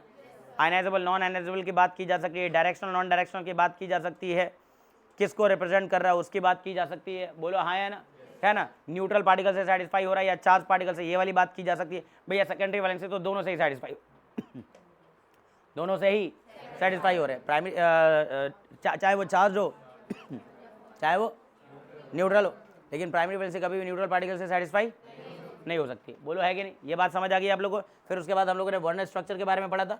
उनका जो एक्सपेरिमेंट था, उस एक्सपेरिमेंट में उन लोगों ने क्या बनाया था, उन्होंने कोबाल्ट ट्राइक्लोराइड लिया, अमोनिया लिया, डिफरेंट रेशियो में मिक्स किया। मिक्स करने के बाद अलग अलग सॉल्ट बनाए, सबकी अलग अलग स्टडी करी, पाया कि सबका बॉइलिंग पॉइंट अलग है, सबका आप बोल सकते हो फ्रीजिंग पॉइंट अलग है। बोलो आ रही बात समझ? ऑस्मोटिक प्रेशर की वैल्यू अलग है, मतलब सारी प्रॉपर्टीज ही अलग है। बोलो आ रही बात समझ? ठीक है ना? यहाँ से और कुछ पूछा जा सकता है। हाँ, मैं RLVP आपने लिख लिया है, तो एक चीज़ और पूछूंगा यहाँ पर, order of vapour pressure. Order of vapour pressure, भाई बताओ वेपर प्रेशर का क्या ऑर्डर रहेगा? जिन्होंने सॉल्यूशन पढ़ा है उनको ये पता होगा कि vapour pressure boiling point inversely proportional होता है। वेपर प्रेशर और, या फिर दूसरे तरीके से RLVP, relative lowering of vapour pressure. Lowering कहाँ सबसे ज़्यादा है? ए में। अरे अगर लोअरिंग ए में ज़्यादा है तो उसका वेपर प्रेशर कम होगा। लोअरिंग ज़्यादा है तो वेपर प्रेशर, या फिर बॉइलिंग पॉइंट से भी जा सकते हो। बॉइलिंग पॉइंट का ऑर्डर निकाल लिया तो इसका उल्टा चले जाओ, यानी कि अगर हमसे वेपर प्रेशर का ऑर्डर मांगा जाता तो ए में सबसे कम, फिर बी में, फिर सी में, फिर डी में। मैं जानबूझ के वो भी ऐड कर देता हूँ जिनको क्वालिटेटिव प्रॉपर्टी तुम लोग कहते हो। Order of delta TB, order of delta TB, order of delta TF, इनका भी ऑर्डर मांगेगा तो बता देंगे। हाँ जी, डेल्टा टीबी का ऑर्डर बताओ। डेल्टा टीबी का ऑर्डर कैसा? जहाँ पर वांडा फैक्टर ज़्यादा वहाँ पर डेल्टा टीबी ज़्यादा, मतलब सर ए में ज़्यादा, फिर बी में, फिर सी में, फिर डी में। फिर डेल्टा टीएफ का ऑर्डर बताओ। सर डेल्टा टीएफ का ऑर्डर जानना है तो आई के प्रोपोर्शनल। डेल्टा टीएफ एक क्वालिटेटिव प्रॉपर्टी है, तो वांडा फैक्टर ज़्यादा तो इसकी वैल्यू भी ज़्यादा, मतलब ये रहेगा ABCD। चेक करो भाई, बात समझ आ रही क्या? जितने भी क्वालिटेटिव प्रॉपर्टीज की वैल्यू होती है वो सबके सब वांडा फैक्टर के डायरेक्टली प्रोपोर्शनल, अगर मोलैरिटी सेम है तो। अगर मोलैरिटी सेम है तो। बोलो इतनी बात समझ आ गई है? इसमें किसी को कोई दिक्कत है? No sir. अब देखो वर्णन तरीके कुछ सवाल ऐसे वाले आते हैं जो मैं बोर्ड पे लिख रहा हूँ, ठीक है ना? An addition compound,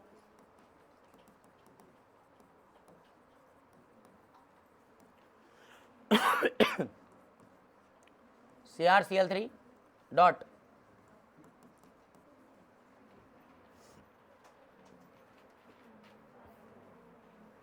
(5NH3) gave 2 moles of AgCl PPT on reaction with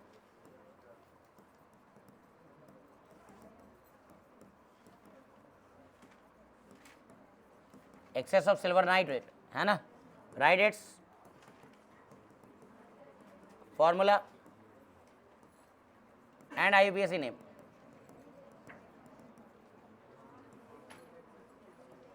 हो जाएगा क्या? ये सवाल कर दोगे? एक और सवाल दे रहा हूँ।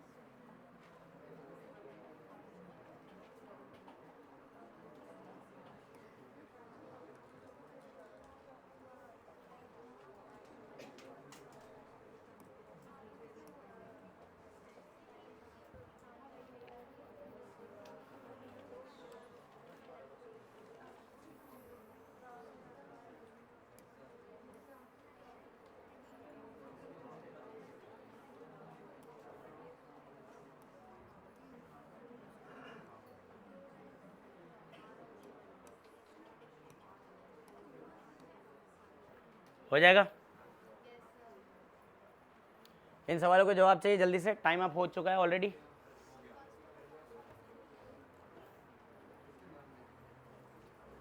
किया ट्राई सबने? लिखते ही हो रहा है ये? बढ़िया। देखते हैं किनका सही जवाब है किनका गलत। पहले वाले में क्या कह रहा है? CrCl3.5NH3 है और इसने 2 मोल PPT दिए हैं, 2 मोल PPT। तो इतना तो अंडरस्टूड है कि स्क्वायर ब्रैकेट के बाहर मुझे 2 ही Cl माइनस रखने हैं। बोलो, मतलब बाहर Cl2 रहेगा ना, बाहर क्या रहेगा? Cl2। तो एक Cl को अंदर जाना पड़ेगा, मतलब एक Cl को अपनी प्रॉपर्टी लूज करनी पड़ेगी, है ना? अब एक Cl आ गया है तो 5 के 5 अमोनिया यहाँ पर होंगे ताकि कोऑर्डिनेशन नंबर कितना सेटिस्फाई हो जाए, 6। कोऑर्डिनेशन नंबर 6 को सेटिस्फाई करना है, 5 अमोनिया अंदर आएंगे और यहाँ पर क्या रह गया Cr, ये इसका नाम हो जाएगा जी, मतलब स्ट्रक्चर हो जाएगा। अब इसका नाम लिखना है, what will be the IUPAC name, penta amine क्लोराइडो chromium third chloride, क्या यही रहेगा? Yes sir. इस वाले में सोचते हैं ज़रा जल्दी से। कह रहा है एक एडिशन कंपाउंड है CrCl3.6H2O, इसको देखा गया कि ये 3 मोल AgClPPD दे रहा था, ठीक है जी।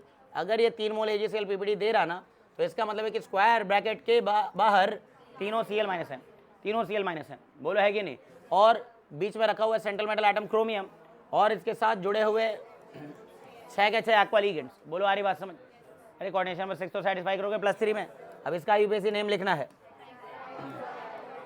Hexa aqua chromium third chloride, oxidation number 3 आएगा, चेक कर सकते हो तुम सब।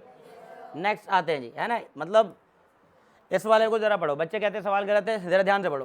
कह रहा है कि एक ऐसा कॉम्प्लेक्स है जिसका फॉर्मूला तो वही है जो ऊपर था CrCl3.6H2O, इसमें इस बार जब एक्सेस ऑफ सिल्वर नाइट्रेट डाला गया 2 मोल AgClPPD मिला। 2 मोल का मतलब बाहर क्या रहेगा Cl2, 1 Cl अंदर, तो बदले में कितने पानी, 5 पानी अंदर, एक्वा मॉलिक्यूल्स 5 अंदर होंगे, और यहाँ पर क्या होगा Cr।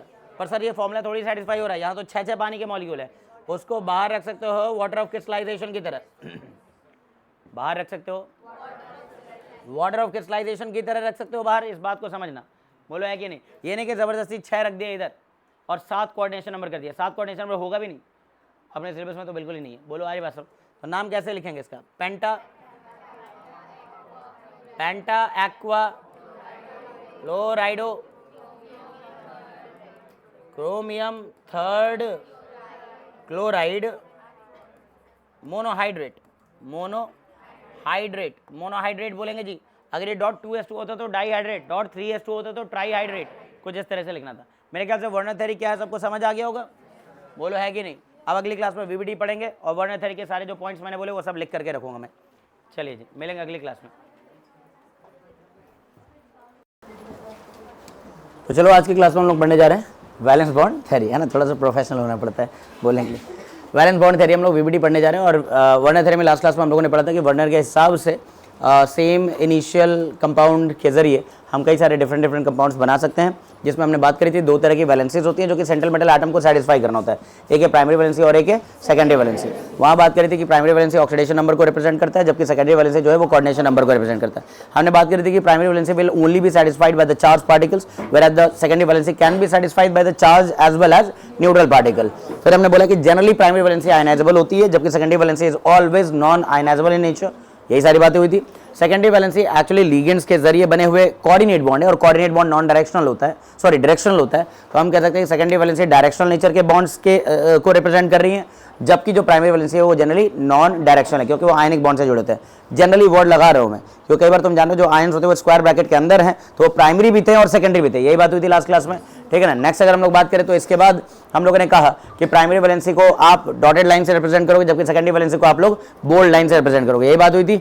और हमने इस पर बहुत सारे कंपाउंड देखे थे, 4-5 कंपाउंड देखे थे, उनके वर्ड स्ट्रक्चर बनाए थे हम लोगों ने, प्राइमरी और सेकेंडरी वैलेंसी का मतलब सीख लिया था। अब हम आज की क्लास में बात करने जा रहे हैं वैलेंस बॉन्ड थ्योरी, काफ़ी ज़्यादा इंपॉर्टेंट है, और जैसा कि तुम लोगों ने मिड टर्म में भी देखा था कि क्वेश्चन था VBD से सवाल रहेगा ही रहेगा भैया, यहाँ की चीज़ें नहीं जाएंगी दूसरी क्लास में, मंगवा लीजिए दूसरी जगह से, ठीक है ना। ओके, अब बीच में बोलना पड़ा है मुझे, ठीक है, एक ले जाइए बस, कोई बात नहीं है, लेकिन है ना बता दीजिएगा, है ना, ऑफिस में बोल दीजिएगा, ठीक है। तो वैलेंस बॉन्ड थ्योरी, तो वैलेंस बॉन्ड थ्योरी VBD की हम लोग बात करें। वैलेंस बॉन्ड थ्योरी इंपॉर्टेंट है, मिड टर्म में भी आया तो प्री बोर्ड में डेफिनेटली आएगा, मतलब आएगा। तो वैलेंस बॉन्ड थ्योरी कैसे अप्लाई करते हैं, जो कि ये रिवीजन बैच है, ठीक है ना, और प्री बोर्ड अभी एक ही वीक के अंदर है, लाइक एक वीक के अंदर, और उसमें तुम्हें इसका क्वेश्चन तो कम से कम करना आना चाहिए, बोलो आ रही बात समझ, ठीक है। तो वैलेंस बॉन्ड थ्योरी में 2-3 चीज़ें मैं बता रहा हूँ, मैं डायरेक्ट अप्लाई करना सिखा रहा हूँ, उसके बाद मैं पोस्टुलेट्स वगैरह समझाऊंगा। VBD अप्लाई कैसे करते हैं वो सीख रहे हैं। सबसे पहले इसमें जरूरत पड़ेगी आपको हर एक सेंट्रल मेटल एटम या आयन का कॉन्फ़िगरेशन लिखना तो आना चाहिए, इलेक्ट्रॉनिक कॉन्फ़िगरेशन। तो जो रिक्वायरमेंट है मैं वैसे लेकर के चल रहा हूँ, पोस्टुलेट्स वगैरह बाद में बात करते हैं, बोलो बात समझ आ रही क्या, क्योंकि ये बैच कैसा है, रिवीजन, रिवीजन में मतलब थोड़ा बहुत तो आता ही, और सर क्वेश्चन करने की एबिलिटीज़ हमारे अंदर है ना, अगर आ गई तो काम चल जाएगा। देखिए रिक्वायरमेंट है सबसे पहले कि आपको आना चाहिए writing central metal atom, configuration of central metal atom, writing electronic configuration, writing electronic configuration of central metal atom oblique central metal ion, है ना। पहला स्टेप तो आपको ये आना चाहिए, मैं पहले सिखा रहा हूँ आपको, है ना, कि न्यूमेरिकल कैसे करना है, पोस्टुलेट्स बाद में देखो, ठीक है। सबसे पहले तो आपको ये काम आना चाहिए। अब हमारे पास जनरली जो ट्रांजिशन मेटल एटम दिए जाएंगे वो आपको दिए जाते हैं 3D सीरीज़ के, है ना, 3D सीरीज़ के। अब जैसे अपने पास हो सकता है स्कैंडियम, अपने पास हो सकता है टाइटेनियम, वैनेडियम, क्रोमियम, मैंगनीज, ये पता होना चाहिए। इसके बाद आता है जी आयरन, आयरन के बाद आता है कोबाल्ट, कोबाल्ट के बाद आता है निकल, और फिर आता है कॉपर, और फिर आता है जिंक। बोलो आ रही बात समझ। अच्छा, आप जानते हो कि ये 3D सीरीज़ के एलिमेंट है और इनका जो एटॉमिक नंबर होगा वो 18 से तो ज़्यादा होगा, मतलब इसका जो नियरेस्ट नोबल गैस होगा वो तो होगा आर्गन। बोलो आ रही बात समझ। स्कैंडियम का एटॉमिक नंबर कितना होता है? 21, इसका होता है 22, इसका होता है 23, इसका 24, इसका 25, है ना, 25 को 25 ही समझना तुम, ये रहा। बोलो आ रही बात समझ। ये रहेगा 26, ये रहेगा 27, ये रहेगा 28, ये रहेगा 29 और ये रहेगा 30। बोलो इतनी बात क्लियर है? अच्छा, अब इनका कॉन्फ़िगरेशन कैसे लिखा जाता है? देखो मैं बता देता हूं कि एटॉमिक नंबर 21 तक आने से पहले आप आए होगे आर्गन के करीब, आर्गन के करीब मतलब 18 पे आए होगे, ठीक है ना। अब इसके बाद 4s भरा जाता है वैसे तो एनर्जी वाइज, और फिर भरा जाता है 3D। पहले भरता है 4s और बाद में भरता है 3D, ध्यान रखिएगा, ठीक है ना। 4s में आपको कितने इलेक्ट्रॉन भरने हैं मैक्सिमम से मैक्सिमम? 2। अरे s ऑर्बिटल की मैक्सिमम कैपेसिटी कितनी है?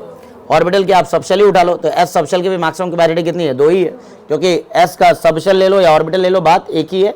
अगर क्लास 11 के आप लोगों ने स्ट्रक्चर ऑफ एटम में ये सारी बात सीख रखी है तो ठीक है। नेक्स्ट टाइटेनियम की बात करें तो ये आर्गन, आर्गन के बाद इसमें भी सब में यही कॉपी कर लेना है। क्या कॉपी कर लेना है अपने को? 4s3d। क्या कॉपी कर लेना है? 4s3d। चलो मैं कॉपी कर देता हूँ, मेरा भी टाइम बचेगा थोड़ा बहुत। कॉपी,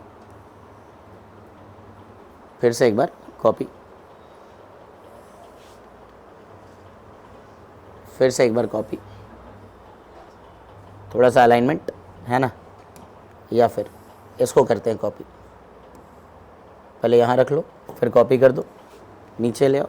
ये सब भी सीख लो, क्या पता कल को टीचर ही बन गए तुम, है ना, कुछ पता थोड़ी है ना। कई बार चीज़ों को समझने के लिए पढ़ाना पड़ता है ना। अपने दोस्तों को स्कूल में तुम पढ़ा भी देते होगे अपने नॉलेज को चमकाने के लिए, है ना। चलो देखो अब, है ना, कम से कम कोई तो माने कि तुम पढ़ते हो, घर वाले तो नहीं मान रहे, दोस्त तो मान ले, ठीक है।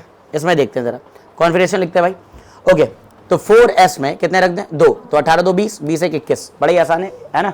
21 पर D1 आता है ना। 22 4s2 3d2, सही है। 23 पर 4s2 3d3, 24 11 से पढ़ते आ रहे हैं, एक्सेप्शनल कॉन्फ़िगरेशन है। s में 1 रख दो, यहाँ पे 5 रख दो, होना 2 4 चाहिए था, है 1 5, हाफ फील्ड स्टेबल कॉन्फ़िगरेशन है ये, हाफ फील्ड स्टेबल कॉन्फ़िगरेशन। इसमें 2 रखोगे तो इसमें 5 6, अरे बहुत बढ़िया। अपने को 25 इलेक्ट्रॉन चाहिए, 25 के लिए 18 यहाँ हो गए, 2 यहाँ हो गए 20 और ये हो गए 5। बोलो है कि नहीं। नेक्स्ट इस वाले में यहाँ पर 2, यहाँ पर 6, यहाँ पर 2, यहाँ पे 7, यहाँ पे 2, यहाँ पे 8, यहाँ पर 1, यहाँ पर 10, 2 और 9 होना चाहिए था लेकिन 1 और 10 है। अरे ये तो जान ही रहे हो। Fully filled stable configuration. D subshell की मैक्सिमम कैपेसिटी कितने इलेक्ट्रॉनों की?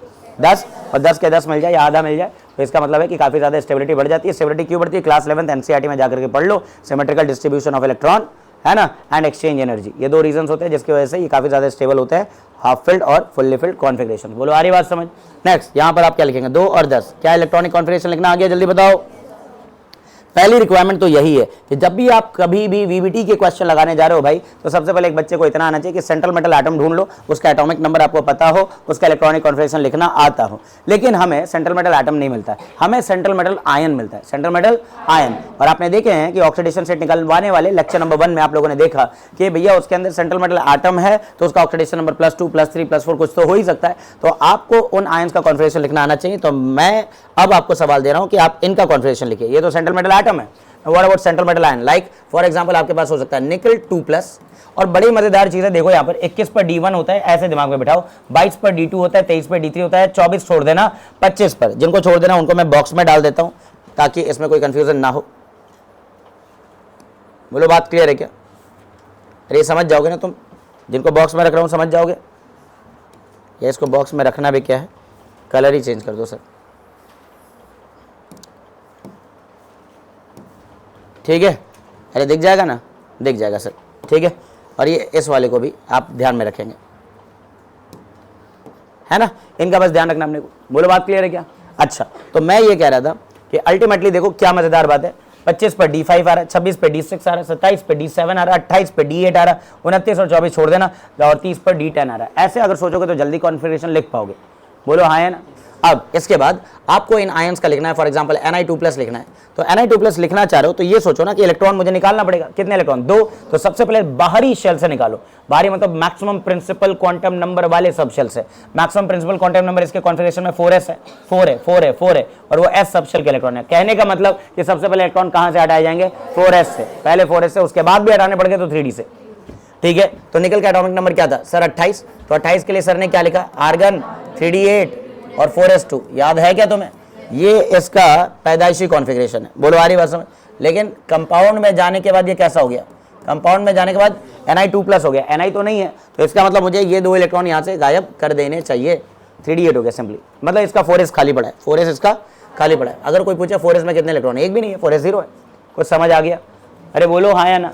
हाँ, यही सब देख लेना कैसे तुम VBD के क्वेश्चन जल्दी निपटा दोगे, इस बात को समझो। कुछ पॉइंट्स बताऊंगा उसके जरिए हो जाएगा, ठीक है ना। नेक्स्ट, इसके बाद Cr3+ का लिखना है आपको, कोबाल्ट 3+, क्योंकि यही वाले सेंट्रल मेटल आयन आपको दिखेंगे भी बार बार सवालों में। फिर आपको Fe2+ दिख सकता है जी, आपको Fe3+ दिख जाएगा आपके पेपरों में, ठीक है। इसके बाद जिंक 2+ दिख सकता है अपने को, कॉपर 2+ दिख सकता है। ये सेंट्रल मेटल एटम या आयन है जो बहुत पॉपुलर है और इन्हीं पर सवाल आपको देखने को मिल सकता है। तुम्हारे VBD पे कोई सवाल आया हुआ है?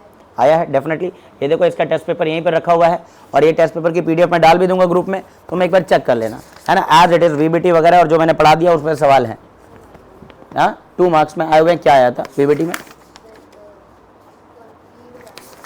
VBT अप्लाई कर देना इसके अंदर। हाँ, एक तो आइसोमेरिज्म का क्वेश्चन आया हुआ है जी, ठीक है ना। प्राइमरी एंड सेकेंडरी वैलेंसीज क्या होते हैं? Write two difference between primary and secondary valencies in the coordination compound. पिछले लेक्चर का ये है ना। स्कूल इसका वैसे प्राइवेट का है और महंगा स्कूल है इसका, भारत नेशनल पब्लिक स्कूल, ठीक है। हाँ, हाइब्रिडाइजेशन पूछा है, बढ़िया है। अभी हम देखते हैं ना इसको कैसे सॉल्व करना है। चले जी, इसको कर लेंगे सॉल्व, ठीक है। सबसे पहले क्या करना है आपको? कॉन्फ़िगरेशन लिखना है। तो कॉन्फ़िगरेशन कैसे लिखना है? कॉपी कर देंगे इसको, इस वाले को नहीं कॉपी करो सर, इस वाले को कॉपी करो, इसको मिटा करके, मुझे टाइम लग जाएगा। तुम लोग ने लिख लिया मनी मन? मनी मन तो तुम पेपर भी दे के आ गए होगे। नहीं मतलब ये तो मुझे पता ही है। हाँ सर, है ना, हमने कर लिया। कहना बड़ा आसान होता है।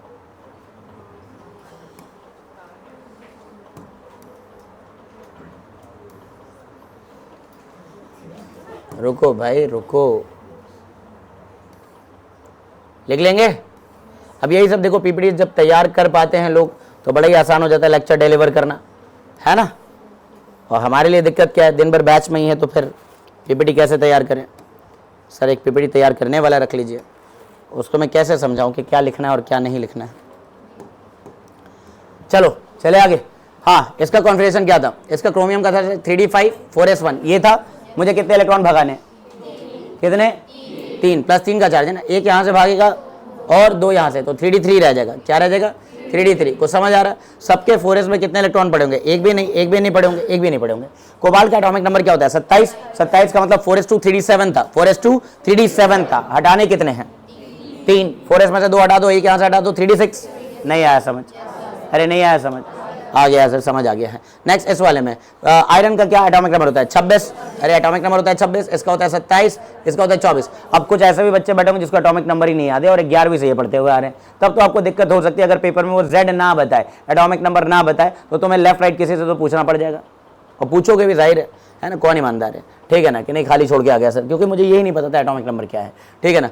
हाँ, 4s2 3d6 यही करना है ना। 4s2 में से s में से कितने इलेक्ट्रॉन हटा दिए? 2 ही हटाने की, +2 का चार्ज है, लेकिन इस बार कितना चार्ज है? +3 का मतलब कितने इलेक्ट्रॉन हटाने? 3। तो इसका मतलब आयरन के यहाँ से 2 हटेगा, यहाँ से 1 हटेगा, रह जाएगा 3d5। जिंक एटॉमिक नंबर 30, कितने इलेक्ट्रॉन हटाने को कह रहा है? कहाँ से हटाना है? 4s से, क्या रह जाएगा? 3d10। अरे कुछ समझ आ भी रहा है?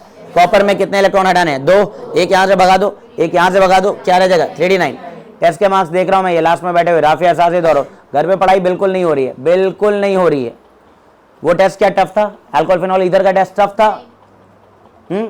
ये बच्चे पढ़ते ही नहीं है, ठीक है। अब इनको मैं क्या बोलूँ, अभी लाइव चल रहे हैं, अब ज़्यादा बोलूँगा तो लोग कहेंगे हाँ ये तो डांटते। किसके लिए डांटता हूँ? तुम लोग के लिए डांटता हूँ, और किसके लिए?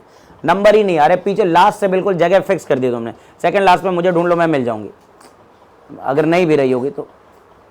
ये मतलब गलत है भाई, गलत है। माँ बाप साल भर पढ़ाते हैं किसी बच्चे को ये सोच के कि ट्यूशन भी बच्चा जा ही रहा है, स्कूल में भी पढ़ाई थोड़ी बहुत हो रही होगी, तो अब मार्क्स नहीं आएंगे तो अब इसमें सारी जिम्मेदारी ट्यूशन वाले की है क्या? सारी तो नहीं होनी चाहिए, घर पे भी देखना पड़ेगा, क्योंकि ट्यूशन में बच्चा आपका वीक में 3 बार आ रहा है या 4 बार आ रहा है। संडे बुला लेता हूँ, मेरे को 4 घंटे मिल रहे हैं एक वीक में मेरे सब्जेक्ट के लिए, बाकी 7 मल्टीप्लाइड बाई 24 माइनस 4 आवर्स, ठीक है ना। वो सारा समय कहाँ गया? घर पे। उसमें क्या किया? कुछ नहीं, तो फिर मार्क्स नहीं होगा। उसमें से कुछ समय चला गया किसी की शादी में, किसी के इधर, किसी के उधर, यही भी तो चल रहा है, किसी का बर्थडे। पढ़ाई करना है, पढ़ाई, स्टूडेंट लाइफ में बस पढ़ाई। नोट्स पूरे हो, बार बार पढ़ रहे हो, बार बार पढ़ रहे हो, एक एक चैप्टर कम से कम 5 से 6 बार पढ़ लिया है, ऐसे बच्चे हो जाने चाहिए। यही तुम अपने आप माँ बाप को कन्विंस करके ड्रॉप ले लोगे भैया, और पढ़ने लगोगे, खूब पढ़ने लगोगे, और फिर कहोगे फिर अब भी सिलेक्शन नहीं हो रहा। 11वीं 12वीं की मेहनत खराब नहीं जाती है, ड्रॉप में यही सब काम आता है, ड्रॉप ईयर में काम आता है 11वीं 12वीं में। और मैंने अक्सर देखा है, मुझे तो मतलब इस फील्ड में ज़्यादा टाइम हो गया और मैं देख रहा हूँ, जो एक 11वीं 12वीं से सिंसियर है वो जल्दी क्रैक कर देता है पेपर, जल्दी, टाइम ज़्यादा नहीं लगता उसको। हद हो जा रही है, मतलब इतना पेपर बना करके इतने रेगुलरली तुम्हें अपने ड्रॉपर्स की तरह टेस्ट करवा रहा हूँ और चेक भी हो जा रहा है कि नहीं हो रहा है? यही सिस्टम अपने ड्रॉप बैच का होता है भाई। टेस्ट लो, फिर स्कैनिंग गई OMR की, फिर चेकिंग हो गई, आंसर की पहुंच गया भाई, बड़ा स्मूथली चल रहा है सब कुछ। कई जगह तो टेस्ट हो भी रहा है, चेक भी नहीं होता ना, सब करवा तो रहा हूँ। आज तक आप लोगों ने 6 टेस्ट दे दिए मेरे ख्याल से, 6 टेस्ट। शेड्यूल बहुत पहले ही भेज दिया था कि इसी पैटर्न पे टेस्ट लूंगा, एक भी कैंसिल नहीं किया मैंने टेस्ट, तब ये हाल है। मार्क्स तो लाने पड़ेंगे यार, सब कुछ पढ़ा है। अब अगला जो टेस्ट है एल्डिहाइड कीटोन्स एंड कार्बोक्सिलिक, क्या वो क्लास में नहीं कराया गया? हो गया पूरा भी ऑलमोस्ट। अब जाकर के अगर मार्क्स नहीं आएंगे तो फिर कैसे, मतलब उसमें किसकी गलती है? फिर पढ़ना तो चाहिए ना यार, डिसेंट स्कोर करो। हाँ मैं जानता हूँ, मैं ऑब्जेक्टिव पैटर्न पे टेस्ट ले रहा हूँ, हाँ, लेकिन तैयारी तो बंदा पूरा ही करके आएगा। हमें किस चीज़ से मतलब है? तैयारी, बच्चा तैयार कर रहा है कि नहीं कर रहा है। और अगर बच्चा तैयार कर रहा है तो इतने बेकार मार्क्स नहीं आएंगे, सीधी सी बात करता हूँ मैं। चल मैं नहीं कर रहा, सब टेबल टॉपर हूँ, लेकिन आपके स्कोर बता तो देंगे ना कि आप सच में कितने तैयार होकर के आए हो। अच्छा, आपको अगर सब्जेक्टिव पेपर हमारा होगा, डेफिनेटली सब्जेक्टिव होगा, तो सब्जेक्टिव में भी कुछ भी लिखने के तो मार्क्स नहीं दे देगा वो, रेलेवेंट तो बातें लिखोगे। चलिए खैर, इस पे बात करूंगा ना, वक्त बुरा मान जाएगा। ये आ गया, पहला काम समझ आ गया, जल्दी बताओ। अब इसके बाद आपको ऑर्बिटल डायग्राम बनाना चाहिए। क्या बनाना चाहिए? Orbital diagram. तो चलिए अब हम लोग ऑर्बिटल डायग्राम बना रहे हैं, है ना। नेक्स्ट टॉपिक अपना drawing orbital diagram using electronic configuration, using electronic configuration. बोलो ये बात समझ आ रही क्या? अब जैसे मान लीजिए अपने पास सेंट्रल मेटल एटम निकल के आ गया है, प्लीज बात नहीं करो, बहुत कुछ सिखाना है। VBD कम से कम आज, है ना, 1-2 सवालों पर अप्लाई कर ही लेंगे, क्योंकि जब मैं कह रहा हूं कि ये पेपर में आता है मतलब आता है। इसमें तो कलर के ऑप्शन ही मुझे लगता है कि अपने हिसाब से नहीं दिए गए, या मुझे अभी इसको चलाने नहीं आ रहा, ये भी हो सकता है ना। ओके, अब मान लीजिए Fe2+ है, ठीक है। आपने इसका कॉन्फ़िगरेशन क्या बताया है मुझे? सर हमने आपको कॉन्फ़िगरेशन बताया था, है ना, आर्गन 3d6 बताया सर आपको, आर्गन 3d6 और 4s0। अच्छा, ऑर्बिटल डायग्राम में इतना तो हम लोग जान रहे हैं कि 3D में क्या होता है। 3D में सर होता है, इसको रिप्रेजेंट कर रहा हूँ बराबर में, ठीक है जी। सर 3D में 5 ऑर्बिटल होते हैं, आर्गन तक इलेक्ट्रॉन जो है भरे पड़े हैं ना, कोर इलेक्ट्रॉन से, तो ये भरे पड़े होंगे, है ना। नेक्स्ट, ऐसा मान लीजिए ये हमारा 3D सबशेल है। अब 3D सबशेल में कितने ऑर्बिटल है जी? 5 ऑर्बिटल ले रहा हूं मैं, पहला, दूसरा, तीसरा, चौथा और 5वां। यही रहेगा, जल्दी बताइए हाँ कि ना। यस सर, ये हमारे 5 ऑर्बिटल 3D सबशेल के। इसके बाद, है ना, नेक्स्ट, इसके बाद अगर हम चलें तो हमारे पास 4s भी होगा sir. So let this be a 4s orbital, ठीक है ना।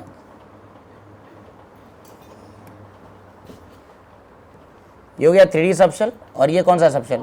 4s सबशेल, सही है। अब जान रहे हो कि इलेक्ट्रॉन यहाँ हो भी सकता है और नहीं भी हो सकता है।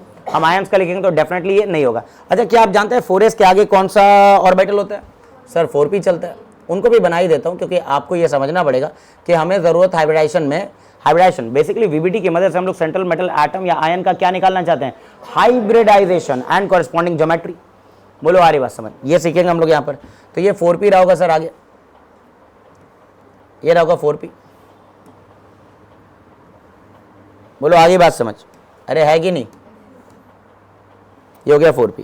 क्या 4p के आगे भी एनर्जी लेवल्स लाइक ऑर्बिटल्स होंगे? हाँ सर, 3d के बाद 4s, 3d के बाद 4s 4p, और ये चौथे शेल में 4s 4p 4d 4f सब रहे होंगे। तो आगे तो अभी क्या पड़ा होगा, 4d भी, 4d के भी ऐसे ही 5 बॉक्सेस होंगे। मैं बना रहा हूँ, जरूर नहीं कि सब में इलेक्ट्रॉन हो, खाली पड़े हो सकते हैं। मैं बना के एक बार बस समझाऊंगा, बाकी सब जगह कुछ और कॉपी करके चलेंगे हम लोग। तो कहने का मतलब ये 4d वाला है जो कि अभी भी वेकेंट पड़ा होगा। क्या पड़ा होगा? वेकेंट। ऐसा ही है, थोड़ा डिस्ट्रीब्यूशन अच्छे से कर लेते हैं। अरे ऐसा ही है ना, ये क्या हो गया 4d। बोलो बात क्लियर है क्या? तो ये मत समझना कि 4s अगर है तो उसमें 4p नहीं है। भाई 4s है तो 4p भी होगा। n = 4 में 4 सबशेल होते हैं, चौथे शेल में 4 सबशेल होते हैं, 4s 4p 4d 4f। तीसरे शेल में 3 होते हैं, 3s 3p 3d। ये क्लास 11 क्वांटम नंबर्स में पढ़ा दिया जाता है। बोलो याद है ये सब कुछ?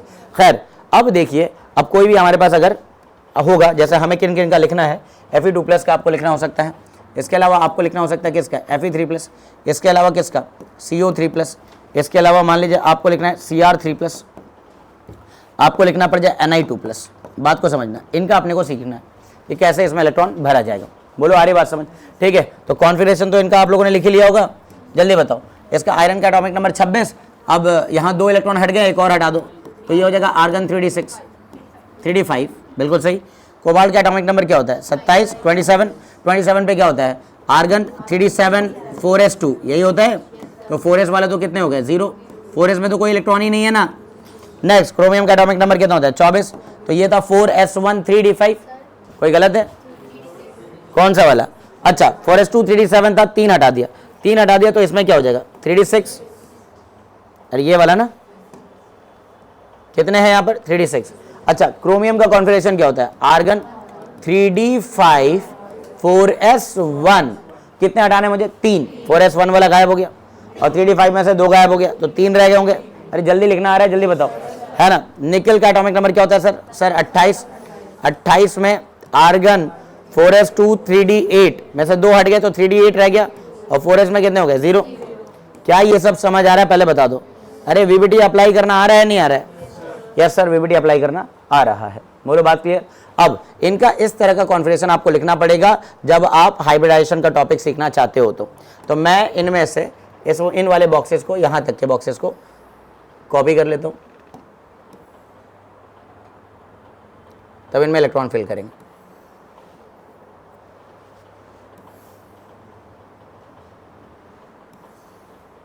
बोलो क्या ये बात क्लियर है? अरे हाँ है ना, ये बात क्लियर है? ठीक है।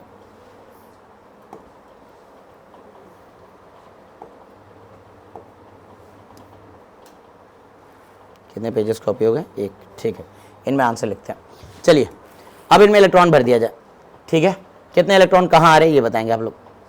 कितने इलेक्ट्रॉन कहाँ? 3D में कितने भरने? 6। अच्छा आप जानते हो कि क्लास 11 में आपको पढ़ाया गया था hunts rule of maximum multiplicity. Hunts rule कहता है कि जब तक सिंगल सिंगल सभी ऑर्बिटल में एक एक इलेक्ट्रॉन सेम स्पिन से ना भर दिए जाए, तब तक आप पेयरिंग शुरू नहीं कर सकते हैं। ठीक है जी। तो 6 इलेक्ट्रॉन भरने के लिए पहला, दूसरा, तीसरा, चौथा और पांचवा हाफ हेडेड एरो से मैं दिखा रहा हूं कि सेम स्पिन में 5 भरे गए, और छठे को मैंने पेयर कर दिया ऑपरेट स्पिन से। अब मुझे बताइए इसमें टोटल कितने अनपेयर्ड इलेक्ट्रॉन रह गए हैं? 4। आप जानते हैं कि जितने अनपेयर्ड इलेक्ट्रॉन रहे होंगे उतना पैरामैग्नेटिक कैरेक्टर होता है किसी आयन के अंदर, और ये पैरामैग्नेटिक कैरेक्टर निकालने के लिए हम μs निकालते हैं, spin only magnetic moment, using the formula under root of n into n+2, और यूनिट होती है बोहर्स मैग्नेटॉन, जो कि एक कांस्टेंट वैल्यू से मल्टीप्लाइड है वैसे तो ये। बोलो आ रही बात समझ? इतना समझ आ गया? जल्दी बताओ। जहां पर n क्या है? ये what is n? Number of unpaired electrons, number of unpaired electron, right. This represent the number of unpaired electron. यहां पर n है number of unpaired electron.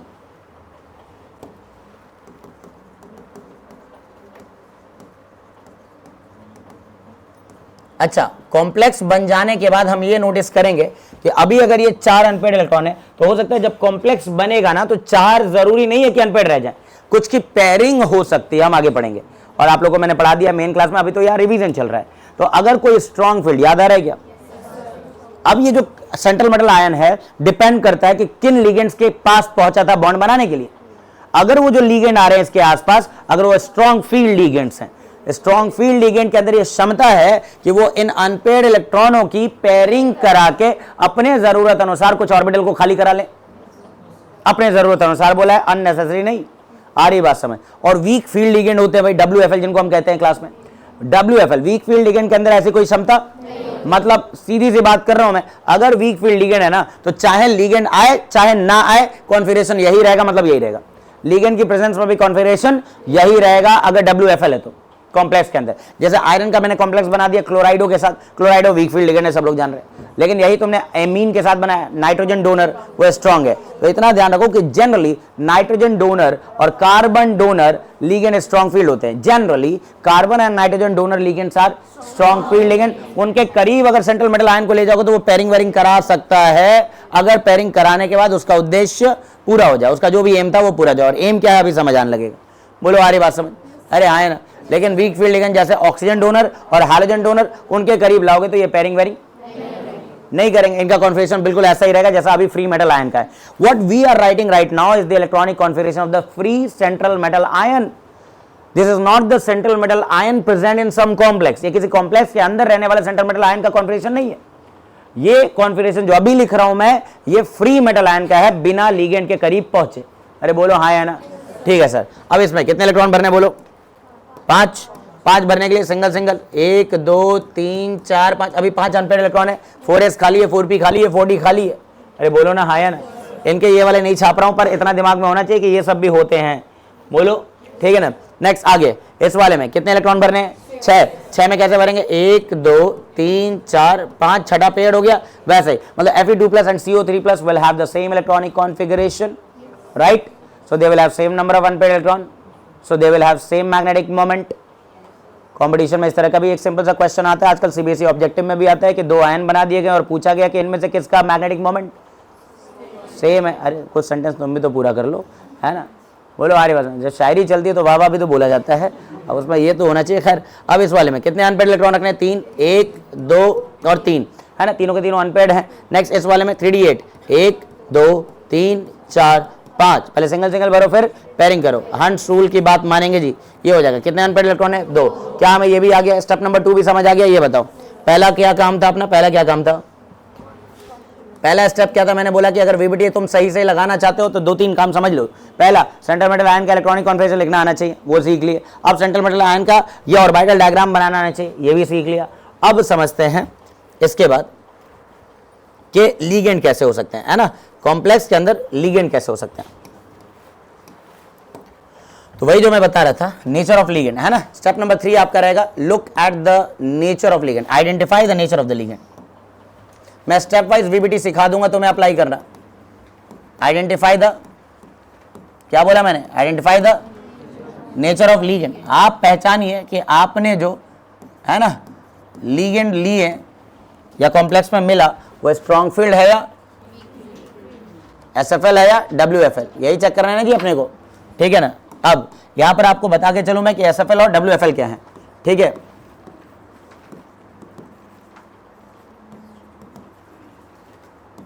Strong field ligands, है ना? What are strong field ligands? What are strong field ligands? भाई strong field ligand क्या होते हैं बताएंगे? They can pair the inner electrons of the central metal atom और ion. बोला है कि नहीं? ये सेंट्रल मेटल एटम या आयन के इनर इलेक्ट्रॉनों की क्या करा सकते हैं? पेयरिंग करा सकते हैं, ठीक है ना? तो मैं लिख रहा हूं दे can pair the inner electrons of, है ना, सेंट्रल मेटल एटम और आयन। अरे क्या ये बात क्लियर है? जल्दी बताओ। सेंट्रल मेटल एटम या सेंट्रल मेटल आयन के ये इनर इलेक्ट्रॉनों की क्या करा सकते हैं? पेयरिंग करा सकते हैं, प्रोवाइडेड कि इनको उतने ही नंबर ऑफ वेकेंट ऑर्बिटल मिल जाए जितना कि इनको हाइब्रिडाइजेशन में इन्वॉल्व करना था। हाइब्रिडाइजेशन कैसे पता चलेगा? लिगेंड आया, लिगेंड ने, है ना, अगर मान लो 4 लिगेंड आ गए तो 4 लिगेंड पर आप जानते हो कि 2 ही हाइब्रिडाइजेशन पॉसिबल है, या तो sp3 एक s ऑर्बिटल या 3 p ऑर्बिटल उठा लो, या फिर एक d ऑर्बिटल अंदर वाले शेल का और एक s और 2 p dsp2 हाइब्रिडाइजेशन, बोलो आगे ना, अगर 4 लिगेंड आ रहे हैं या कोऑर्डिनेशन नंबर 4 है, क्या है, कोऑर्डिनेशन नंबर 4, तो इन 4 कोऑर्डिनेशन कॉम्प्लेक्स जो कॉम्प्लेक्स तैयार होगा बनके, या तो वो स्क्वायर प्लेनर टाइप का होगा या तो वो टेट्राहेड्रल टाइप का होगा। अब यही अपने को आइडेंटिफाई करना है कि कहाँ टेट्राहेड्रल है और कहाँ, वो ग्लिच आ गया था, ठीक है ना, और कहाँ टेट्राहेड्रल है और कहाँ स्क्वायर प्लेनर है। बोलो आ रही बात, क्या क्या जुबान लप लपाई, ठीक है ना, सुना है। नेक्स्ट बताओ, इसमें कौन से हो सकते हैं बताओ, कार्बन एंड नाइट्रोजन। कुछ एग्जाम्पल के साथ बोलना है ना। जनरली देखो ऑनलाइन वालों को तो ग्लिच ही लगेगा, ठीक है ना। Generally carbon and nitrogen donor, अब मैंने बता दिया उनको, ऐसा कुछ नहीं था, है ना, ये नेचुरल ग्लिच था, ठीक है ना। Okay, generally carbon and nitrogen donor ligands are strong field, जैसे Cn माइनस, जैसे Nc माइनस, जैसे NH3, जैसे En, जैसे मिथाइल एमीन, जैसे आदिल, है ना। हाँ, और कुछ ये वाले स्ट्रॉन्ग फील्ड हो जाएंगे, कार्बन और नाइट्रोजन। हाँ, कार्बोनिल, इसको कैसे बोल रहे हो, CO, ये भी स्ट्रॉन्ग फील्ड लिगेंड्स है, बोलो है कि नहीं। अब हम बात करेंगे किसकी, WFL, है ना, वीक फील्ड लिगेंड्स। ये पेयरिंग नहीं करा सकते हैं, मतलब इनकी प्रेजेंस में सेंट्रल मेटल आयन का कॉन्फिगरेशन तुम देखोगे कि बिल्कुल वैसा ही रह गया जैसा कि फ्री मेटल आयन का था, जैसा कि फ्री मेटल आयन। प्लीज ध्यान दे करके पढ़ लेना यार, है ना। एक टॉपिक को रिवाइज कराने में हमें बहुत टाइम लगता है, और वो भी अच्छे से अगर रिवाइज कराना। ये क्या है, ये वाला उठाना है। हाँ बोलो, दे कैन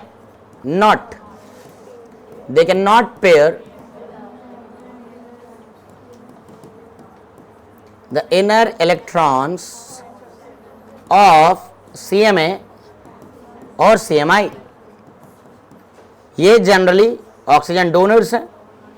रिवीजन में तो बात नहीं करो, आता जाता वैसे ही कुछ नहीं है ना। जनरली ऑक्सीजन डोनर और हैलोजन डोनर्स, बोलो है कि नहीं। जनरली ऑक्सीजन डोनर या halogen donors. Example, aqua OH minus, Cl minus, Br minus, I minus, है ना। जनरली ऑक्सीडेटो भी वीक फील्ड ही है, एक केस है जहां ये स्ट्रॉन्ग है ना, वो क्लास में करवाया भी था मैंने, वो ध्यान रखेंगे। बोलो आ रही बात, इतनी बात क्लियर है, जल्दी बताओ पहले। अरे हाँ है ना, ठीक है सर, ये भी स्टेप हम समझ गए कि अब हम देख लेंगे कि स्ट्रॉन्ग है कि वीक है। अब सबसे पहले तो ये भी आपको चेक कर ही लेना चाहिए था, लेकिन ये बात अब मैं कर रहा हूं, वो ये है कि आप कोऑर्डिनेशन नंबर से के हिसाब से पॉसिबिलिटीज ऑफ हाइब्रिडेशन चेक कर लो, है ना, possibilities of hybridization. So check क्या, कोऑर्डिनेशन नंबर, क्या आपको कोऑर्डिनेशन नंबर 4 का क्वेश्चन मिला है कि कोऑर्डिनेशन नंबर 6 का। अपने को जनरली कोऑर्डिनेशन नंबर 4 या कोऑर्डिनेशन नंबर 6 के क्वेश्चन मिलेंगे। So check coordination number of central metal atom and identify the possibilities of hybridization। ठीक है, मतलब क्या पॉसिबल हो सकता है। तो यहां पर आपको ये ध्यान रखना है कि हमारे पास दो पॉसिबिलिटीज हो सकती हैं, है ना, कोऑर्डिनेशन नंबर 4 में भी और कोऑर्डिनेशन नंबर 6 में भी। हाइब्रिडाइजेशन के लिए 2 पॉसिबिलिटीज हैं। ये हमारा चौथा स्टेप, हालांकि इसको पहले ही समझिएगा जरा ध्यान से, क्या बोलना चाह रहा हूं मैं। अगर आपके पास कोऑर्डिनेशन नंबर 4 का कॉम्प्लेक्स है, Ml4 प्लस माइनस n, एक जनरल फॉर्मूला लिख दिया मैंने, इसका मतलब क्या हो गया, कोऑर्डिनेशन नंबर क्या है इसमें, कोऑर्डिनेशन नंबर क्या है इसमें 4 है ना, 4 लिगेंड है मान लो। अच्छा बाइडेंटेट होगा तो 2 होगा, 2 बाइडेंटेट से भी तो कोऑर्डिनेशन नंबर 4 आ जाता है। En whole twice coordination number 4, C2O4 whole twice coordination number 4, अरे है कि नहीं, ठीक है सर। कोऑर्डिनेशन नंबर 4 में अब हमारे पास पॉसिबिलिटीज है, या तो देखिए DsP2 हाइब्रिडाइजेशन आएगा, एक तो केस ये पाया जा सकता है इसमें। जहां पर ध्यान रखने वाली बात है, DsP2 सर ने क्यों लिख दिया, पहले D क्यों लिखा है, क्योंकि ये D n-1th शेल का है। कहां का है, n-1th, है ना।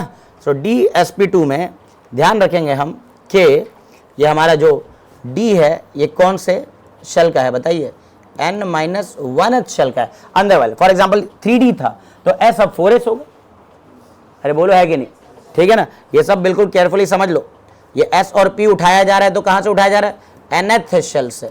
कहां से, nth शेल से। अभी तुमने कॉन्फ़िगरेशन लिखा था, अगर ध्यान हो तो, जैसे ये रहा, ये रहा, ये रहा। हो सकता है कि आपने ये वाला D एक उठा लिया, तो कहां से उठाया, 3D, अरे 3D, और फिर आपने 4S, तो ये तो n-1 है, और ये क्या है, n है। तब यहां से एक D मिला, यहां से एक S मिला, और सेम शेल का P मिला।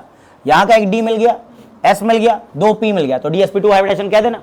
अगर ये मिल जाए तो, अब यहां तो फिलहाल नहीं मिल रहा, यहां तो फिलहाल मिल रहा है क्या, अपने आप नहीं मिल रहा, तो लेकिन तुम्हारे पास अगर स्ट्रॉन्ग फील्ड होगा, वो चाह जाए तो इसको पेयरिंग करा के खाली करा सकता है। वीक फील्ड फिर भी नहीं कुछ कर पाएगा।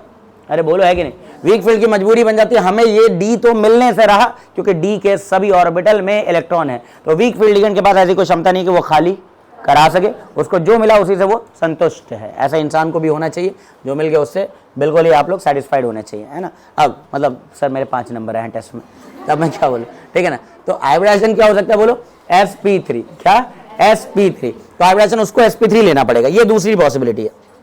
ऐसा समझ गए तुम सब जो मैं कह रहा हूँ, ठीक है ना। अब जब DsP2 टाइप का कोई हाइब्रिडेशन आ जाए, तो ऐसा कॉम्प्लेक्स जो हमारा तैयार होता है, ये होता है स्क्वायर प्लेनर कॉम्प्लेक्स। क्या होता है,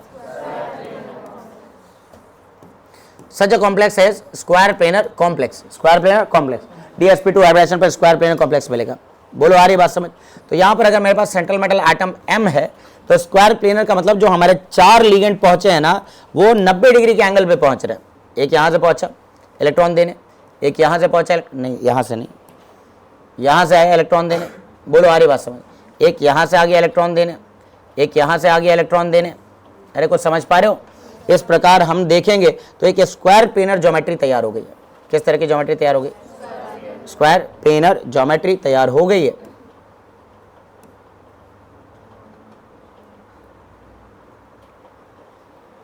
ये बहुत कुछ सीखना बाकी है ना टीचर बनने के लिए, आजकल तो ये भी सीखना पड़ेगा, है कि नहीं।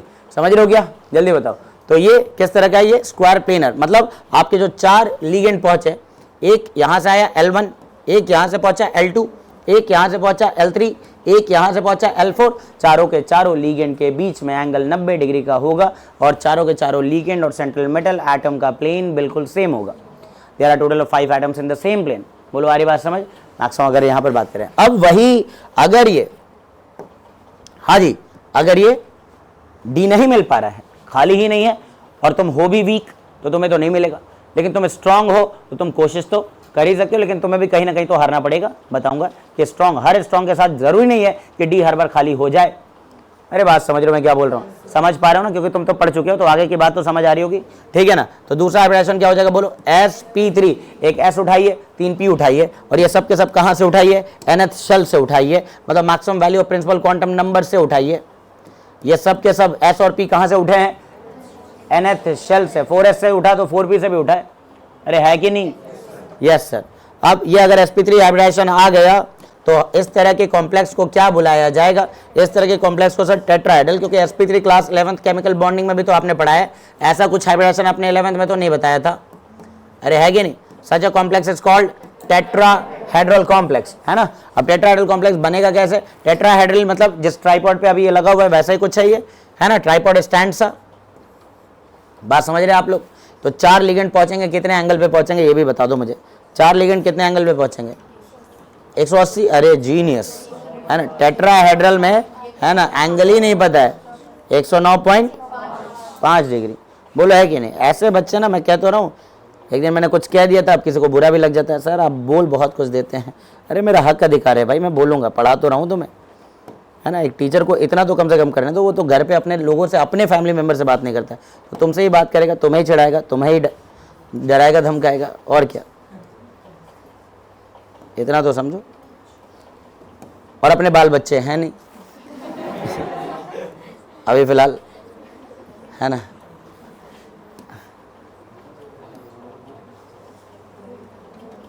समझ रहे हो बात को।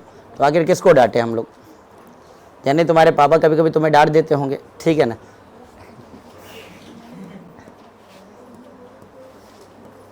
अरे ये बात समझ आ गई, जल्दी बोलो।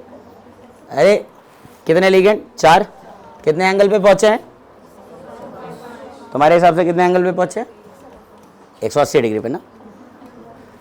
ये एंगल सारे के सारे एक जैसे होते हैं, 109.5 डिग्री या 109 डिग्री 28 मिनट, और ये वाला एंगल 90 डिग्री पर। बोलो है कि नहीं? क्या इतनी बात क्लियर हो गई है?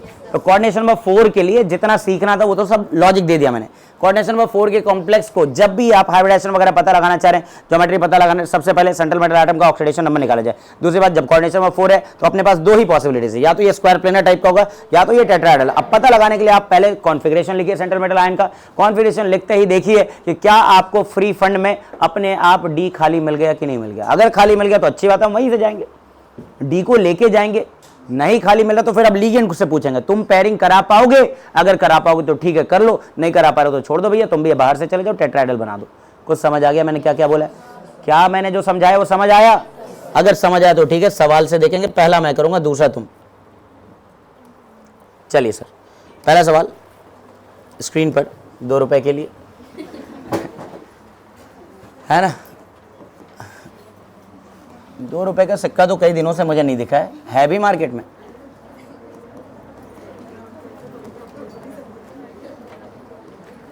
हाँ, ये लिख के दे दिया NiCl4 2- कॉम्प्लेक्स, इसको एनालाइज करना है। अच्छा, इसके चार्ज को बैलेंस करने के लिए कई बार वो ऐसे भी लिख देता है K2NiCl4, K2NiCl4। अरे बात समझ आने लगी, जल्दी बोलो। अरे हाँ कि ना? अरे कुछ बोलोगे भी? खा पी के नहीं आए हो क्या? बिल्कुल भी तुम लोग तो खा पी के आ गए होगे। नहीं सर, मतलब क्या कर रहे थे फिर? सो गए थे सर, घर पे आते ही स्कूल जाते हैं, वहां से थक हार के आते हैं और सो जाते हैं। सबसे पहले काम क्या रहेगा? पहला काम कोऑर्डिनेशन नंबर ढूंढ लो, वो तो सब साफ साफ दिख रहा होगा। कोऑर्डिनेशन नंबर क्या बोलना? 4।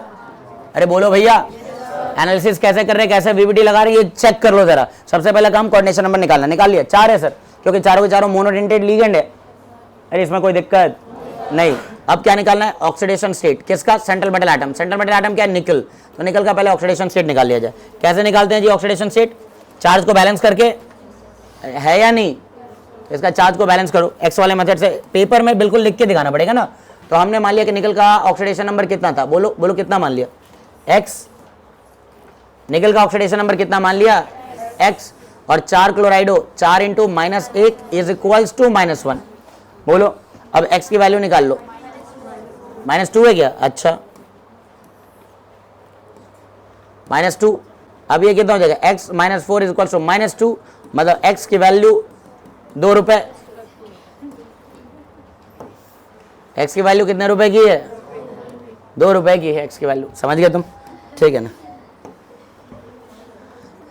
सस्ते में बिक जाते हैं लोग। ठीक है, नेक्स्ट इधर देखो, x की वैल्यू कितनी है जल्दी बताओ? +2। अब दूसरा काम क्या रहेगा सर? दूसरा काम रहेगा निकल +2 का कॉन्फ़िगरेशन लिखना। निकल +2 का कॉन्फ़िगरेशन लिखना। ठीक है सर। Atomic number 28। 28 पर 4s2 3d8 वाली बात याद है क्या? मैंने कहा था ना, 21 पर 4s2 3d1, 22 पर 4s2 3d2, 23 पर 4s2 3d3, 24 का अलग कर दो, 25 4s2 3d5, 26 4s2 3d6, 27 4s2 3d7, 28 4s2 3d8, 29 अलग कर दो, 30 4s2 3d10। दिमाग में छप जाना चाहिए। ठीक है, नेक्स्ट। अब इसका क्या लिखेंगे हम? आर्गन 3d8 4s2 ऐसा रहा होगा, पर ये वैसा नहीं रहा किसी के इन्फ्लुएंस में आके। किसके इन्फ्लुएंस में आके? लीगेंड्स के। ऐसे ही हमारे साथ भी होते हैं, हम जैसे थे पहले अब नहीं रहे। ठीक है ना। अब इसमें से 2 इलेक्ट्रॉन हटा दो। क्या हटा दो? 2 इलेक्ट्रॉन हटा दिया सर, 4s0 हो गया। अब जैसे ही लिख दिया, अब लीगेंड के नेचर को भी मार्क कर लो। लीगेंड कैसा? लीगेंड कैसा? स्ट्रॉन्ग की वीक। अरे स्ट्रॉन्ग की वीक यहीं पे दिख रहा है कि कोऑर्डिनेशन नंबर 4 का है और लीगेंड लिया गया है Cl-। चारों Cl- ही लिए गए हैं, जो कि हमारे लिए WFLs हैं। क्या है? WFL शॉर्ट में लिख देता हूं या बस वीक लीगेंड्स लिख रहा हूं? वीक। वीक का मतलब कि ये कभी इलेक्ट्रॉनों की पेयरिंग नहीं करा पाएंगे। इनको जैसा सेंट्रल मेटल आयन मिला है वैसा ही उसको रहने देना है, उसमें कोई परिवर्तन लाना ही नहीं है। स्ट्रॉन्ग ये काम कर सकते हैं। बोलो अरे बात। कई बार तुम किसी स्कूल में गए, नए नए दोस्तों से मिले, लेकिन हो सकता है कि वो तुम्हें चेंज करना नहीं चाह रहा, मतलब सिगरेट बीड़ी ये सब की आदत नहीं दिला रहा है। लेकिन कुछ होते हैं सर, बिल्कुल फैक्ट भूल जाते हैं। मैं तो देख ही रहा हूँ अपने आसपास भी। अभी संडे के बैच में कुछ की स्नैप आई है सिगरेट पीते हुए। सोच लो, इतने पहुंचे हुए लोग हैं और इतना इनको मज़ा आता है ना ये सब करके। माँ बाप है ना घर पे, पापा कभी बीड़ी तक हाथ नहीं लगाए होंगे और बेटा है ना बिल्कुल गोल्ड फ्लेक लगा रहे हैं। समझ रहे हो क्या? मतलब बड़े बड़े लोगों के साथ उठ बैठ करके बहुत कुछ सीख गया बच्चा। कहाँ जाओगे तुम सब भाई, है ना? कहाँ जाओगे? पापा को कभी मतलब घर पे बता पाओगे कि मैंने सिगरेट शुरू कर दिया है? आप बताओ। जैसे जिम शुरू करते हो तुम बताते हो, डाइट शुरू करते हो तुम बताते हो, सिगरेट शुरू किया ये बता पाओगे? नहीं। अल्कोहल का वेपर ले रहा हूँ बता रहे हो? नहीं। वेपर कोई नहीं लेता। खैर चलो मुझे बताओ। लेकिन कुछ बच्चे, खबर आ गई मुझे, और ये सोचते हैं कि मुझ तक बात नहीं पहुंचती। इस बैच का कोई था कि नहीं था मुझे नहीं पता, लेकिन मॉर्निंग बैच, क्योंकि देख लो भैया आसपास ना थोड़े ज़्यादातर लोग जानते हैं कि जानी भाई का एक इंस्टीट्यूट है और उनके बच्चे हैं, उनके बच्चों की पहचान है कि उनके पास एक बैग तो है। तो कई बार कुछ पेरेंट्स को आपत्ति थी ना, बैग नहीं देते हो। यही बताओ, कुछ बच्चों का सो कॉल्ड वो आकाश आलन इन सब में सिलेक्शन हो गया, मतलब सिलेक्शन का वो स्कॉलरशिप से, तो अब वो प्राउडली लेके नहीं जा रहे हैं ना? बढ़िया बढ़िया एकदम 1 टन के भी पहुंचना है वहां पे, 10 लोग देखेंगे भी भाई, उसमें प्राउड। और यहाँ पर जो इंसान मेहनत करके तुम्हें इस लायक बनाता है कि वो लोग आते हैं, टेस्ट लेते हैं और पता लगा लेते हैं ये बच्चा तो केपेबल है। केपेबल किसने बनाया? हम जैसे छोटे इंस्टीट्यूट वालों ने। केपेबल किसने बनाया? हम लोगों ने भाई, जीरो से पढ़ा पढ़ा करके। लेकिन एक स्कॉलरशिप उनका क्या क्रैक हो गया, उनकी कदर बढ़ गई, उनमें कोई आपत्ति नहीं, उनके यूनिफॉर्म पहनने में, उनके बैग। और यहाँ पेरेंट्स के भी कई इनमें इन्वॉल्वमेंट है। अब बोल दूंगा तो फिर बुरा लग जाएगा। पेरेंट्स के भी, सर ये कोई ये अच्छी बात थोड़ी है सर, आप प्रमोशन के लिए कर रहे हैं। वो किस काम के लिए कर रहे हैं? वो किस चीज़ के लिए कर रहे हैं? नहीं, समाज सुधार के लिए कर रहे हैं। हाँ, पहले उठा लेते हैं ना, 11वीं में उठा लेते फ्री में, 11वीं में ही फ्री में उठा लो ना भाई। जब उसको कुछ नहीं आता तब उठा के कुछ बना दो, तब तो नहीं उठाओगे, तब तो नहीं उठाओगे। मैं भी जान रहा हूँ नहीं उठाओगे। अब तुम्हें दिख गया कि इस लड़के को तैयार इसके टीचरों ने कर दिया, अब रिजल्ट, अब फल की बारी आ रही। वही कहता हूँ मैं, लॉयल्टी होनी चाहिए बच्चों में। लॉयल्टी आज के ज़माने में है ना, कि वृक्ष किसी और ने लगाया और अपनी ज़मीन उसने बेच दी, अब वृक्ष का जो फल है वो कोई और खा रहा है। यही तो होता है। लॉयल्टी होनी चाहिए अपने टीचरों के लिए कि मुझे जब कुछ नहीं आता, केमिस्ट्री का सी नहीं आता था, जब लोग तुम्हें सी कहते थे तब अरे है ना, चैंपियन कहते थे, ठीक है ना, तब इन्होंने केमिस्ट्री में सी के आगे HEMI सब सिखाया है 12वीं तक। नहीं, लेकिन नहीं, RY लगा करके रिजल्ट कोई और छाप दे रहा है। क्यों? सी के आगे हमने सिखा दिया, अब बस वाई रह गया था केमिस्ट्री में, बस वाई रह गया था। और भाई साहब बच्चा कह रहा, पापा मैंने तो स्कॉलरशिप मतलब मिल गया, बढ़िया किया मैंने, पापा भी खुश, मम्मी भी खुश, ठीक है बेटा जाओ। अब वहां पर रिजल्ट की बारी थी, उन लोगों ने लगा दिया, क्योंकि उनके पास तो फंड बहुत हैं। उनके पास फंड की क्या कमी है भाई?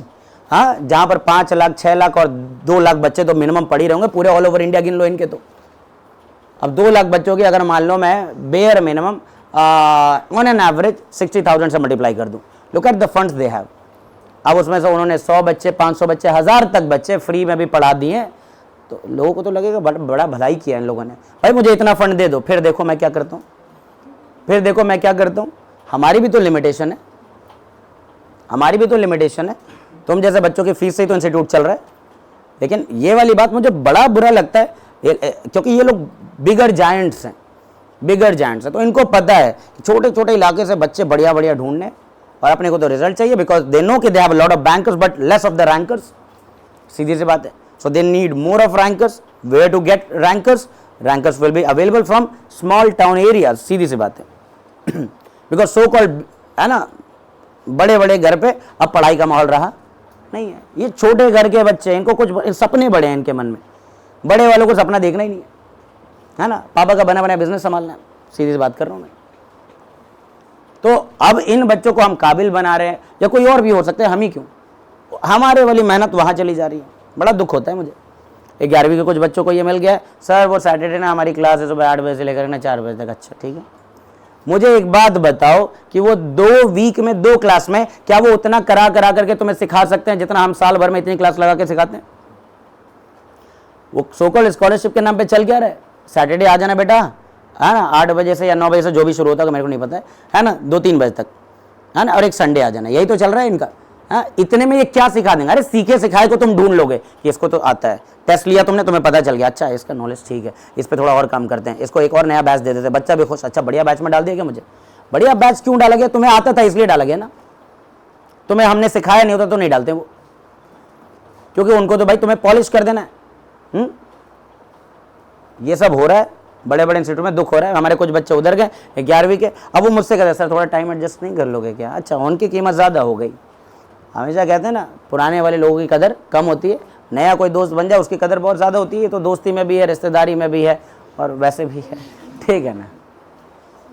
People are less satisfied by whatever they have, है ना। नए वालों के लिए थोड़ा सा अपना, है ना, वो जो होता है बढ़िया। चलो कहाँ से कहाँ चला जाता हूँ मैं, दुख व्यथा सब बता के चलता हूँ मैं, यही है। तो चुपचाप पढ़ लो, ठीक है ना। अब आर्गन सही है, बात कहाँ से शुरू हुई थी अब रिकॉर्डिंग में जाके देखना पड़ेगा मुझे, है ना। ओके, तो we have 3D what kind of configuration, 3D8 में क्या सारे इलेक्ट्रॉन्स पेयर्ड हैं? नहीं सर, नहीं सर, 5 में 3 पेयर्ड है, 5 में 3 पेयर्ड है। आदिल ध्यान दो इधर, है ना, 5 ऐसे ही हो गए, और 3 को क्या कर दो, 3 को क्या कर दो, पेयरिंग, बोलो है कि नहीं, 3 पेयरिंग हो गया। 2 खाली है, खाली नहीं है, कहाँ खाली है? हाइब्रिडाइजेशन में आपको क्या चाहिए? खाली ऑर्बिटल। Cl माइनस पहुंचा, कह रहा भैया Ni2+ तुम्हारे पास कैसा कॉन्फ़िगरेशन है? उसने कहा देख लो ऐसे ही कॉन्फ़िगरेशन है हमारे पास, इस तरह से इलेक्ट्रॉन पड़े हुए हैं अपने अपने कमरे में, एक कमरे में 2 लोग पेयर्ड हैं और 2 कमरे में सिंगल सिंगल लोग हैं। अब वो कह रहे ठीक है, मैं आऊंगा, मैं लीगेंड हूं, मैं इलेक्ट्रॉन दूंगा, तुम्हें इसको रखना होगा, उसके लिए तुम्हें खाली कमरे देने होंगे। वो कह रहा हमारे पास कोई खाली कमरा नहीं है, ये वाला तो नहीं 3D का। तो कह रहे कौन सा खाली है? कह रहा आगे जाओ देखो, आगे वाले कमरे में देखो क्या खाली है, 4s। ठीक है, कह रहा ठीक है, हम पेयरिंग तो करा नहीं सकते। मतलब कुछ लोग होते हैं ना जो जाएंगे होटल में, कहेंगे मुझे यही वाला रूम चाहिए, और वो फिर सोर्स पैर भी लगा करके इसको उसमें धकेल दें कि तुम आज उसके साथ रह लो, मुझे एक अकेला कमरा दे दो। ऐसा होता है ना, पावरफुल लोग काम कर सकते हैं कि यहाँ से मतलब पहाड़ों का व्यू बढ़िया आ रहा है, मुझे यही वाला रूम चाहिए। ऐसा होता है? गए ही नहीं है सर, हम तो यही रहते हैं, ठीक है ना। खैर बात को सुनो, है ना, इस बात को सुनो। अल्टीमेटली क्या है, ये 3D का ये Cl माइनस जो पहुंचा, ये इतना पावरफुल नहीं है कि अपने व्यू के लिए किसी और का व्यू खराब कर दे, समझ रहे हो क्या, है ना। मतलब उसमें पेयर कर दे, ऐसा तो नहीं करेगा ये। तो पता चला कि उसको 3D का कोई भी ऑर्बिटल खाली नहीं मिला, तो उसको कहां से जाना होगा, कहां से जाना होगा, आगे से जाना होगा। 4s और 4p लेकर के जाओ तुम, है कि नहीं। अच्छा, तुम्हें कितने बॉन्ड बनाने हैं? Cl माइनस को कितने बॉन्ड बनाने? 4। चेक करो कितने Cl माइनस आए हैं, कितने Cl माइनस आए हैं? 4। तो चारों के लिए एक एक खाली खाली कमरे चाहिए। अब बातचीत हो गई, बातचीत होने के बाद मैनेजर माना नहीं, मैनेजर नहीं कह रहा कि हम खाली करा पाएंगे सर, तो आप, अच्छा थैंक यू, ठीक है ना। 4p यही कह रहा मैं सिखाता हूँ, और देखो कोई और तुम्हें उठा के ले चला जाता है, ठीक है ना, इस बात को समझो, ठीक है ना। खैर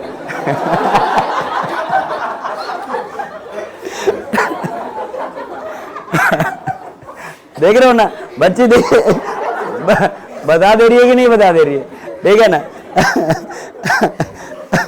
अब यहाँ देखो 4s और 4p, तो पढ़ा लिया मैंने तुम्हें आज, है ना।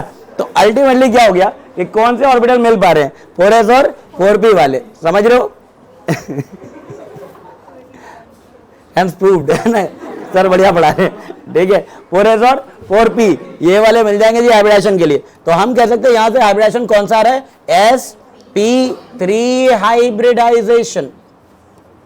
अब हाइब्रिडाइजेशन का मतलब क्या होता है सर? हाइब्रिडाइजेशन का मतलब होता है इंटरमिक्सिंग। ये सारे के सारे ऑर्बिटल को आपको इंटरमिक्स करना है और नए ऑर्बिटल बनाना है, having the same energy, same shape, size, and they are identical in all respect. बोलो आ रही बात समझ?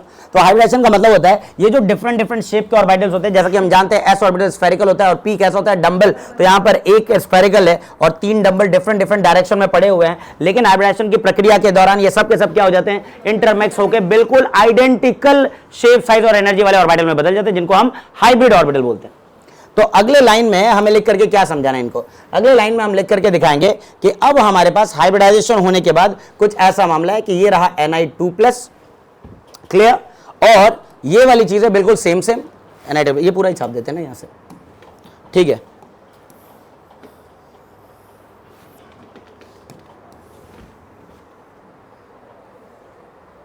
ठीक है जी, ये तो हो गया Ni2+। अब Ni2+ के बाद आपको 4 नए ऑर्बिटल मिले, कौन से? एक s का और 3 p वाले, बोलो है कि नहीं। तो ये सब मिलाकर के हमारे पास कितने ऑर्बिटल हो गए? 4 और आ गए सर। ये 4 अब एक जैसे हैं। पहले अभी एनर्जी का गैप था इसमें, 4s और 4p में देख सकते हो गैप रखा है मैंने। अब मैं जो 4 बना रहा हूं इनमें कोई गैप नहीं रखूंगा मैं, बोलो आगे बात समझ,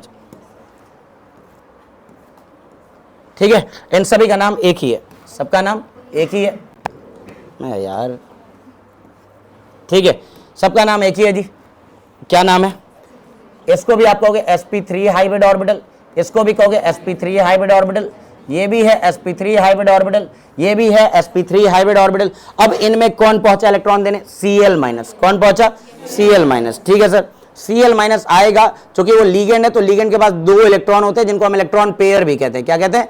इलेक्ट्रॉन पेयर। तो वो आएगा इलेक्ट्रॉन पेयर लेकर के। तो ये मान लो इलेक्ट्रॉन पेयर है Cl माइनस का, ये भी एक इलेक्ट्रॉन पेयर है Cl माइनस का, ये भी इलेक्ट्रॉन पेयर है Cl माइनस का, ये भी इलेक्ट्रॉन पेयर है Cl माइनस का। तो अब हमारे पास 4 Cl माइनस पहुंचे थे इलेक्ट्रॉन पेयर लेकर के, यहाँ ये डोनेट किया गया है Cl माइनस द्वारा, ठीक है, और ये भी, और ये भी, और ये वाला भी। बोलो आ रही बात समझ? तो इस तरह से हम कह सकते हैं कि 4 Cl माइनस पहुंचे और हाइब्रिड ऑर्बिटल में इलेक्ट्रॉन पेयर डोनेट करके बॉन्ड बना रहे हैं। ये सारा वीबीडी का थीम है। बोलो आ रही बात समझ? पोस्टुलेट मैं लिखवाऊंगा अगले क्लास में, लेकिन इस बात को तो समझो पहले कि पोस्टुलेट से ज्यादा इंपॉर्टेंट इस पे वीबीडी के क्वेश्चन ही है।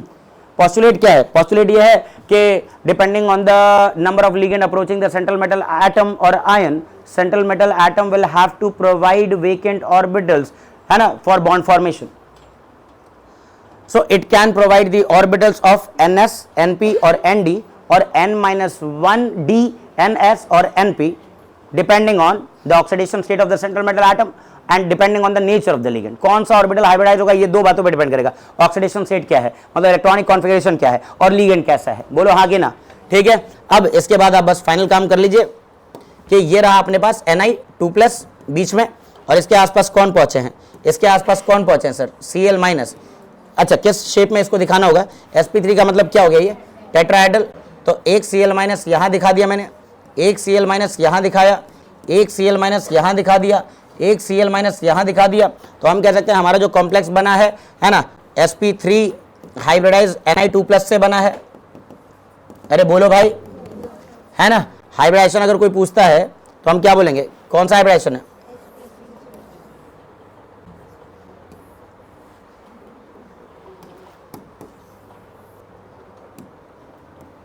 ठीक है, हाइब्रिडाइजेशन कैसा हो जाएगा?